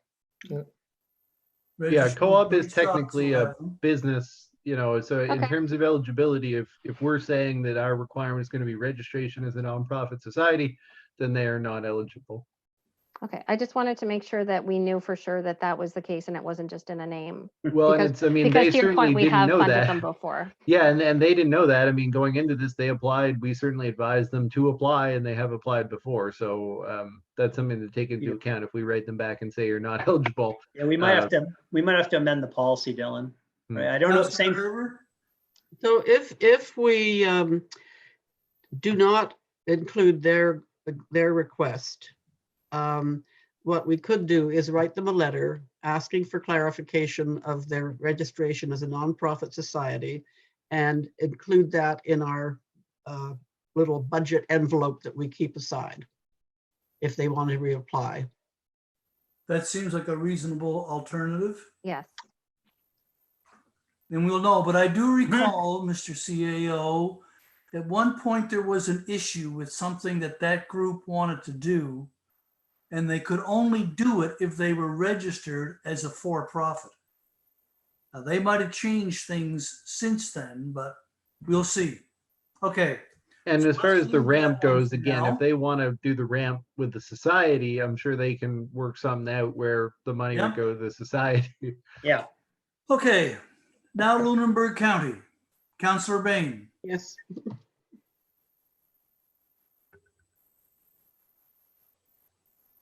No, still can't hear you, John. How about now? There you go. Now? Yeah, Yeah, okay. I just want to go back to the one about the Curl for a Cause. Of course, I'm a member of the curling club. I wouldn't vote on it even if there was money allocated.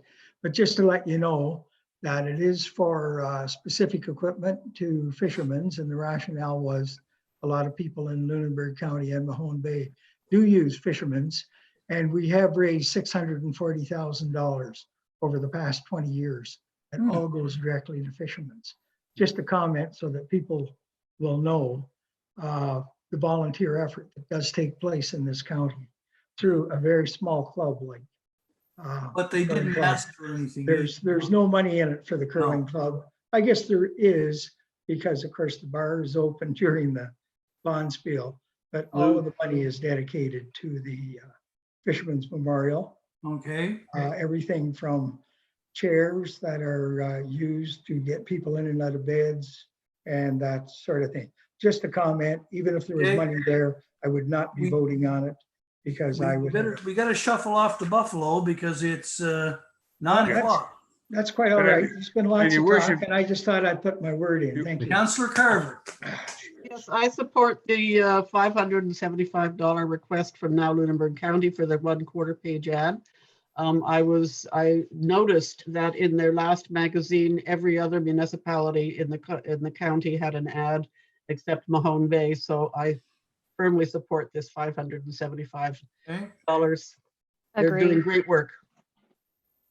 Deputy Mayor? No, I'm just ready to vote for that. Okay. Hmm. All in Me too. favor of the Lunenburg Now quarter-page ad magazine request? 5, 6. Okay, motion's carried. Let's go to the LCLC Para Hockey Cup Championships. I wonder if they're going to happen. I just want to quick jump in here for a second. Just up on the Curl for a Cause for the Health Services Foundation. These two items are blank because the first one for the Curl for a Cause, they just requested a general donation with no set amount. So that's why that field is left blank. And the second one for the Radiothon, they requested an artist's concept sketch of the RPS mural to auction off. So that doesn't Yeah. really have a financial number. So that's why that one's blank. So I just I was wanted going to come back to- around to that one at the end too. Mhm. So that's the concept sketch that's in the council chambers now. And you remember they'd asked about that last year. No, they Now we can't do have that. That That's a no. stays in council chambers, I think. That's a no. Okay, the hockey championships. Yeah, I just, great event. I just don't see it as a town priority. No, Okay, agreed. I all agree? agree. Okay. Mahone Bay Founders Society Home and Garden Tour. Well, your worship, we always funded that Yep. program. Yeah, we did. And they are not for profit. That's right. I would suggest we do the same thing, give them their $500, providing the event takes place. Okay. Agree. Next is MODL Pro Kids. There were some questions around this one last year about what do Mahone Bay's kids actually get access to, Councillor Carver? Oh, well, I was just going to support that $500. Oh, I Me think it's too. Yeah, Yeah. definitely worth Do we doing. know anything else about it? The only question here has been in terms of MODL's administration of the applications. So what we're hoping is that when the applications would be received by MODL, right now they are received by MODL, but they're not solicited by MODL.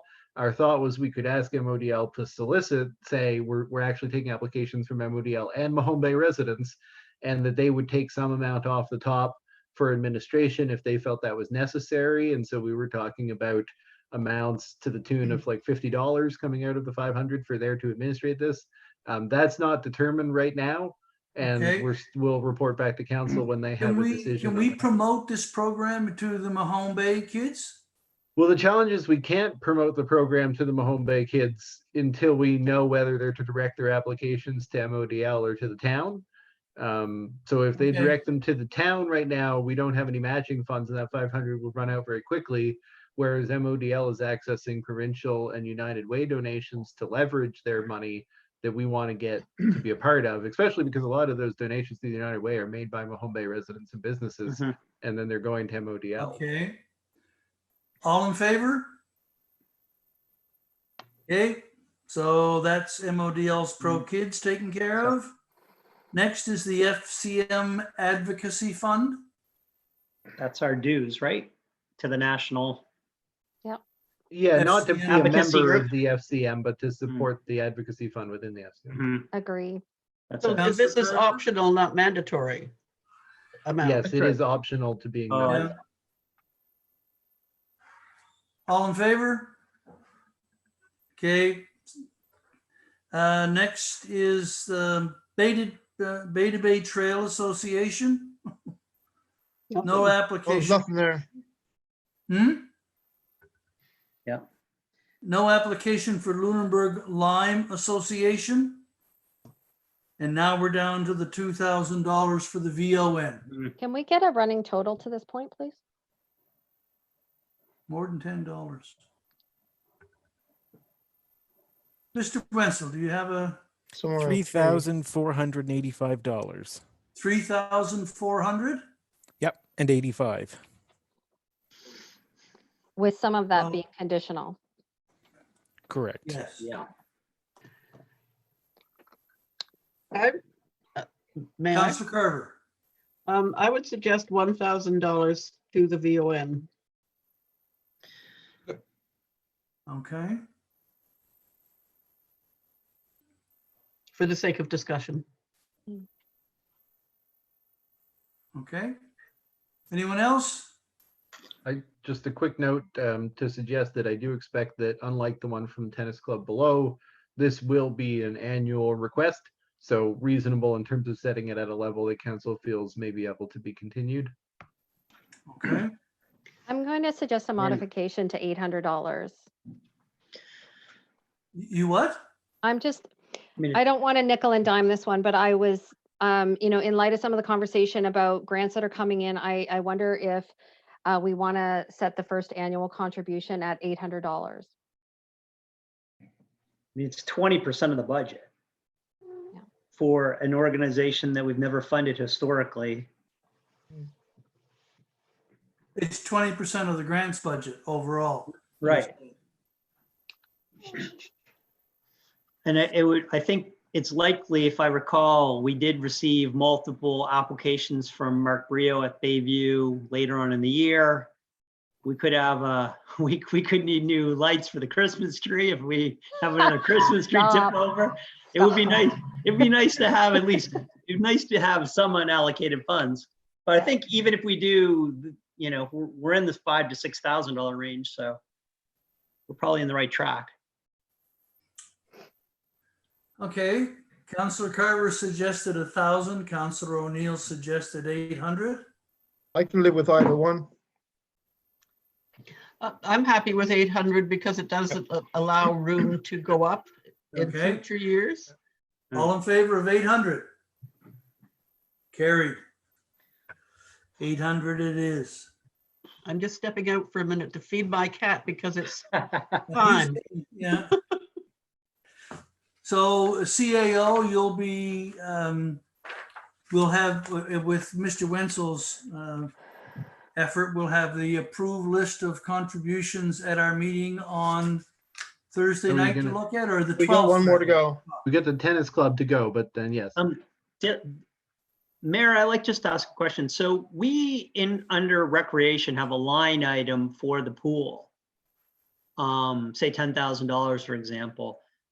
What's the nuance between why we have a support for the pool in one category and the support for the tennis court in another category? Is it who owns the asset, or is there some reason why we have those why we're taking the kind of a capital project within the tennis facility and taking it out of grants? Mm-hmm. Do you want to speak to that, Luke? CAO, would you like to answer that? I mean, I can speak to it just sort of briefly. I mean, Dylan can elaborate on it if you'd like.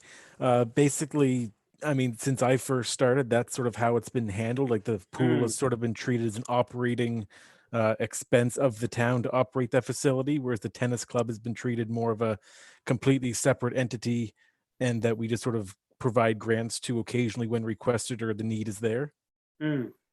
Periodically. Yeah, I would think it, some of our responsibilities with the tennis court is right now with COVID is somewhat illustrated as well. It's available as a court for use by the public. And then there's also a club, which is a membership organization. So in terms of the use of the court, and this is a request for the court, the town has had that relationship, where right now we're saying in COVID, well, the club's not open, but people could use the court responsibly as individuals or family units. So the surface of the court in that sense, that's something that we do put out there as available to residents. Mm-hmm. So is the tennis court a town-owned facility, or is it owned by the Tennis Court Association? It's owned by the tennis courts club. Yeah, where the pool is a town asset. I'll say we'll give them $800. That's just a new surface only, 2 years ago? Mhm. Yeah. Yeah, I'd support that $800. I would. 800? Yep. Show of hands, please. Okay, we're good. Where'd you end up, Luke, on the grand total there? 6, 7, 8,000. So We're that's sitting 800. at Between 5 and 6. $5,085. So Can we Mayor, look would at it our make it, subsidy sheet? Mayor, would it make any sense so that would be 100% allocated budget.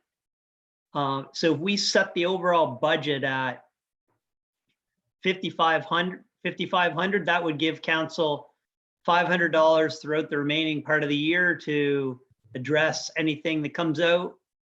Is that our protocol, or are we just saying if you don't have your application in by March 31st, sorry, we can do nothing for you? I know that was the policy, but I think in prior years, there was a dollar amount assigned to the grants program. But and it was rarely that the entire grant availability wasn't taken up. But if there was a surplus, it was there in theory to deal with such, requests like the one from the school that comes in mid-year for something absolutely, completely unexpected that we were able to deal with. Yeah.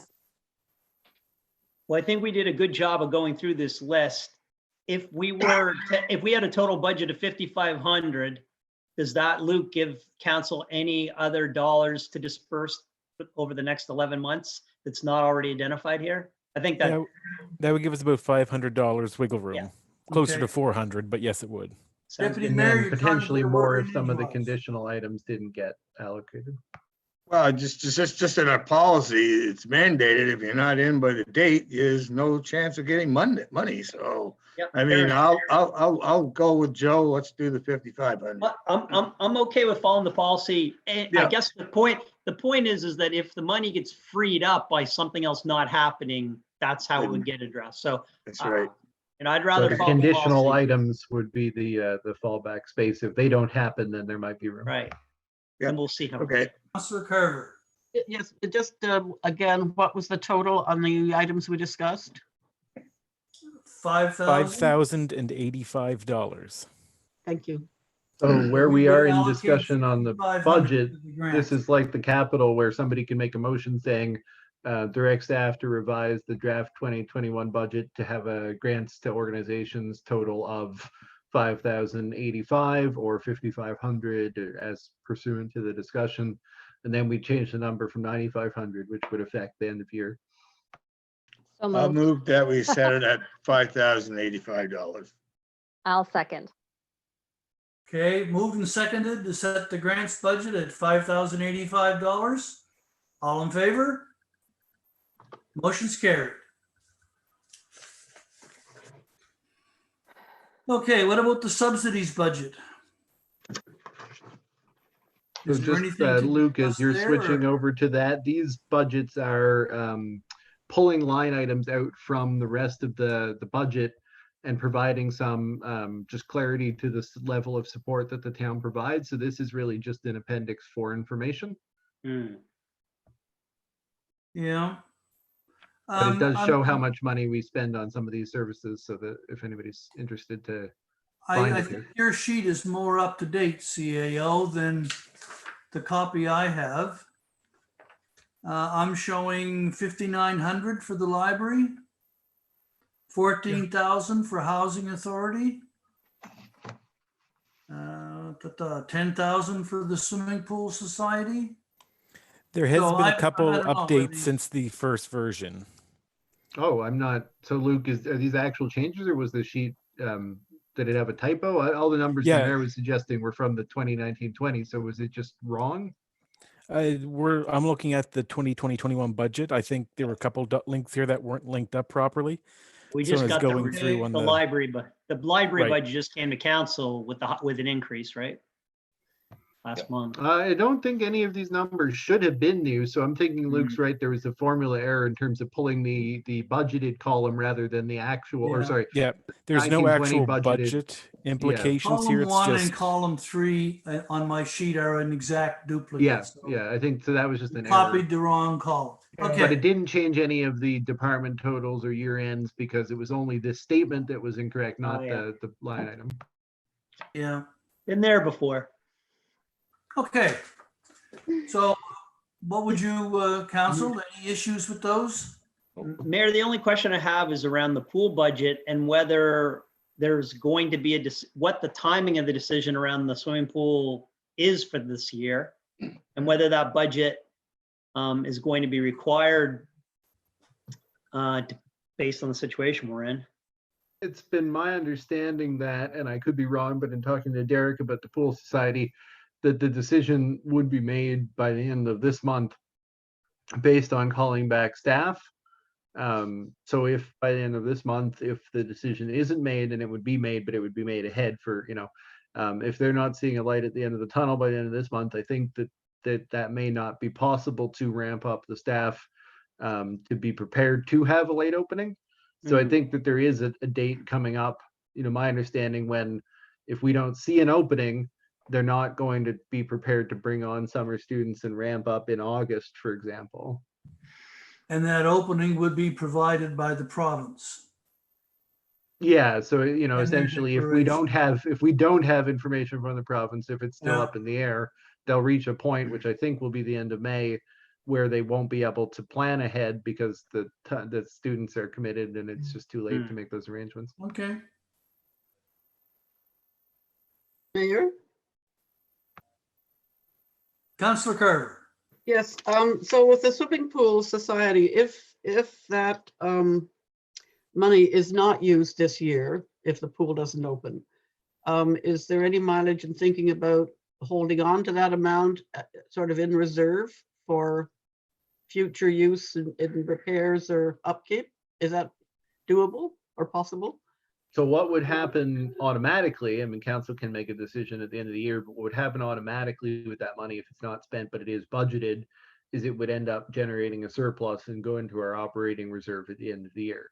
Now, if council was looking at that surplus and said, we need to make sure it's allocated for the pool, you could do something to commit it. But otherwise, if it's not spent, it goes into the operating reserve. As long as it's allocated. So if we leave it allocated. Any unspent Yeah. allocated Yeah. operating funds will go. Well, there. we're already running an operating deficit, so I'd be wholeheartedly agreeing with you, Dylan, if we were running an operating surplus, but since we're running an operating deficit, where I wouldn't mind trying to get back to closer to zero, but that might not be the other thing. If I understand that there are going to be a bunch of student employment programs that the town and municipal governments won't qualify for, but maybe community organizations and nonprofits and other groups may qualify for. So since, I was thinking like it may be worthy of taking a small piece of that budget if it wasn't used, and maybe it could be better used by somebody else who could leverage it into like 75-cent matching, summer employment for students opportunity. Anyway, it's not a well thought out idea yet, but it wouldn't shock me if there's going to be an opportunity for community groups to have students. I know, Dylan, you posted a job for somebody to work in the public works organization for the summer. I'm not sure if that got fulfilled or not, but maybe they work for the town, but they're really working for the Mahone Bay Center. Anyway. Yeah, I certainly things to look at. Our job was for landscaping, so that was filled, and that person works isolated, so it's not. That's good. Okay. Can we move on to our tax exemptions?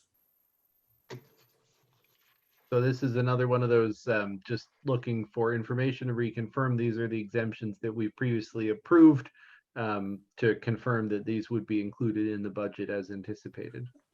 At CAO, the 10,598, is that the tax dollars that we're talking about, or is that the assessed value of the center? Luke, do you want to explain the columns there? Sure thing. So that value that you're seeing there is the actual tax impact. That's the assessment value multiplied by the commercial tax rate for all of these Okay. values on this page. And the commercial tax rate is 3 1/4. Correct. Yeah. So that's about, The actual assessment of that property would lead you at around $335,000. okay. Okay. Okay. And it's very similar over prior years. The only variance would be small changes in assessment base. And that's about all you're seeing there for any sort of change year over year. Seems reasonable to me. Lots of new business. Pardon? Councilor Carter. Yes, on the next page, there is a commercial portion of a property. Yeah, But what I'm curious about is why that's the only property that's listed here. Why wouldn't there be others that are similar that have a commercial portion? I You see believe what I'm this is asking? yes, I think this is something that has to be declared, I believe. I'm not sure the exact process behind it, but there's some sort of a process that I believe the property owner has to initiate on this Hmm. to get their property sort of subdivided, I'll call it, for the assessments and the ratings. But it would suggest that there are quite a few other properties in the town that could make a similar declaration, whatever it involves, and benefit from that. Although we're not benefiting, we wouldn't Lucas. benefit. This is a seasonality reduction, right? Correct. Yeah. So I mean, if I think applying to PVSC and defining yourself as a seasonal business potentially would be part of the process here. Councillor Bain, He won't get his money. can't hear you, John. Click your mic. No, Now? Very good. Yep. Yeah, okay. Well, that particular property, they do have an outbuilding there that has been separated from the house, and it's a separate rental unit. It's not part of the B&B, actually.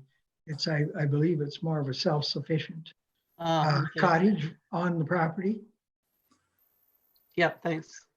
Councillor O'Neill, In the event that, and something would transpire such that B&Bs in this town had a very, very long off-season, would this be an opportunity for them to apply to this fund? Honestly, I Uh, couldn't. I think it's all done through PVSC. So I mean, I suppose. I mean, they could probably apply. Yeah, I think we should just, if anyone's interested, direct them to PVSC, and we're not Yeah. involved with that assessment decision. Thanks. But we wouldn't be obligated to approve that if that happened, or because it looks like we're approving this. No, this is something that would be flowing through from PVSC on Okay. their end. So this is just sort of like a information showing this is the property that has this special circumstance associated with it. Thank you. Luke, just, I know we've talked about this at previous budget reviews, but could you just check in your, sometime in the next couple of weeks, can you check and see if the VIC continues to be in the tax roll? The building? I know Yep. that's been one of those weird anomalies where somehow, you know, it's not about saving us any money, but we have to pay the education amount and the policing amount on that assessment. And, you know, it's really just the town building. I'm not sure why it happened, but, and maybe it got cleaned up a year or so ago. I'm not sure, but it's always been something I've been curious about. Yeah, no, checking on that for sure. What about the land that the tennis court is on? Is that also town land that we just give them? So there's no, you know, wouldn't we describe that as a grant in lieu, similar to the Mahone Bay Center for the value of the property, or is that still town loaned land? There just happens to be a tennis court on top of it. The latter, it is town land. Okay, fair enough. okay. Okay, So I think Anything that takes else? us to the end of the physical budget document. And Luke, do you want to stop the screen share of that? Mr. Mayor, I'm just wondering, I could bring up, I know we're quite late, I could bring up the agenda. We have another meeting coming up on Thursday, and I was just wondering if we wanted to talk about possibly deferring the discussion of the property tax financing, or if we want to get into that tonight. and we will postpone the closed session as well, or? Well, that's another question here. I'll put the agenda up. The closed session, I guess it comes down to, you know, the two items are really time sensitive. I don't know if there's a need for a really long closed session to get into them without talking about anything that's not appropriate to discuss outside of closed session. Maybe if anyone thinks that that's going to be long, they could raise a hand. But you know, ideally, I would suggest we postpone the staff report re-property tax financing program till Thursday night, and the final revisitation is already on there for the discussion of draft operating capital budget. So Okay. we could have, you know, any final discussion of the capital operating, any final amendments that would happen. That's still on the agenda Thursday. And then, yeah, there's still an opportunity. The budget notes here, this is a memo. It doesn't have to be deferred, or it can be if we have conversation to take place. Okay. Entertain a motion to move the remainder of the agenda on tonight's meeting to the Thursday night meeting, and that we will go in camera tonight as planned. I move that we move the remaining items to Thursday night's meeting. Okay, seconded by Councillor Bain. All in favor? Okay, entertain a motion to adjourn this meeting. Move. So moved. Move seconded by the deputy mayor. All in favor? Okay, we're out of here, and now we're going to get out of Zoom and go to Teams. Is this meeting officially concluded, Mayor? It So is. technically that motion was to move into closed session. So we'll ask Kelly to stop. She's going to put up a screensaver here for us. And Does then she we're have going any to, questions, Dylan, from the public? yeah, well, we're going to, I guess we can ask now for questions. We are going to resume this session, but you're right. Let's take a quick break and see if there are any questions on what we've done so far. No questions right now. Okay, so So yes, everybody close this meeting and follow the link on your Yep. calendar for closed session. Penny? Councillor Carver has a Yes, question. just for clarification, I think the motion was to adjourn this meeting, but we're going to come back to this meeting. So we're just, the motion should have been to go into closed session. Oh, sorry, I wrote it down as going to closed session. I didn't even notice that Okay. that was phrased. Motion is to go in camera. All in favor? Motion's carried. We'll go in camera on the other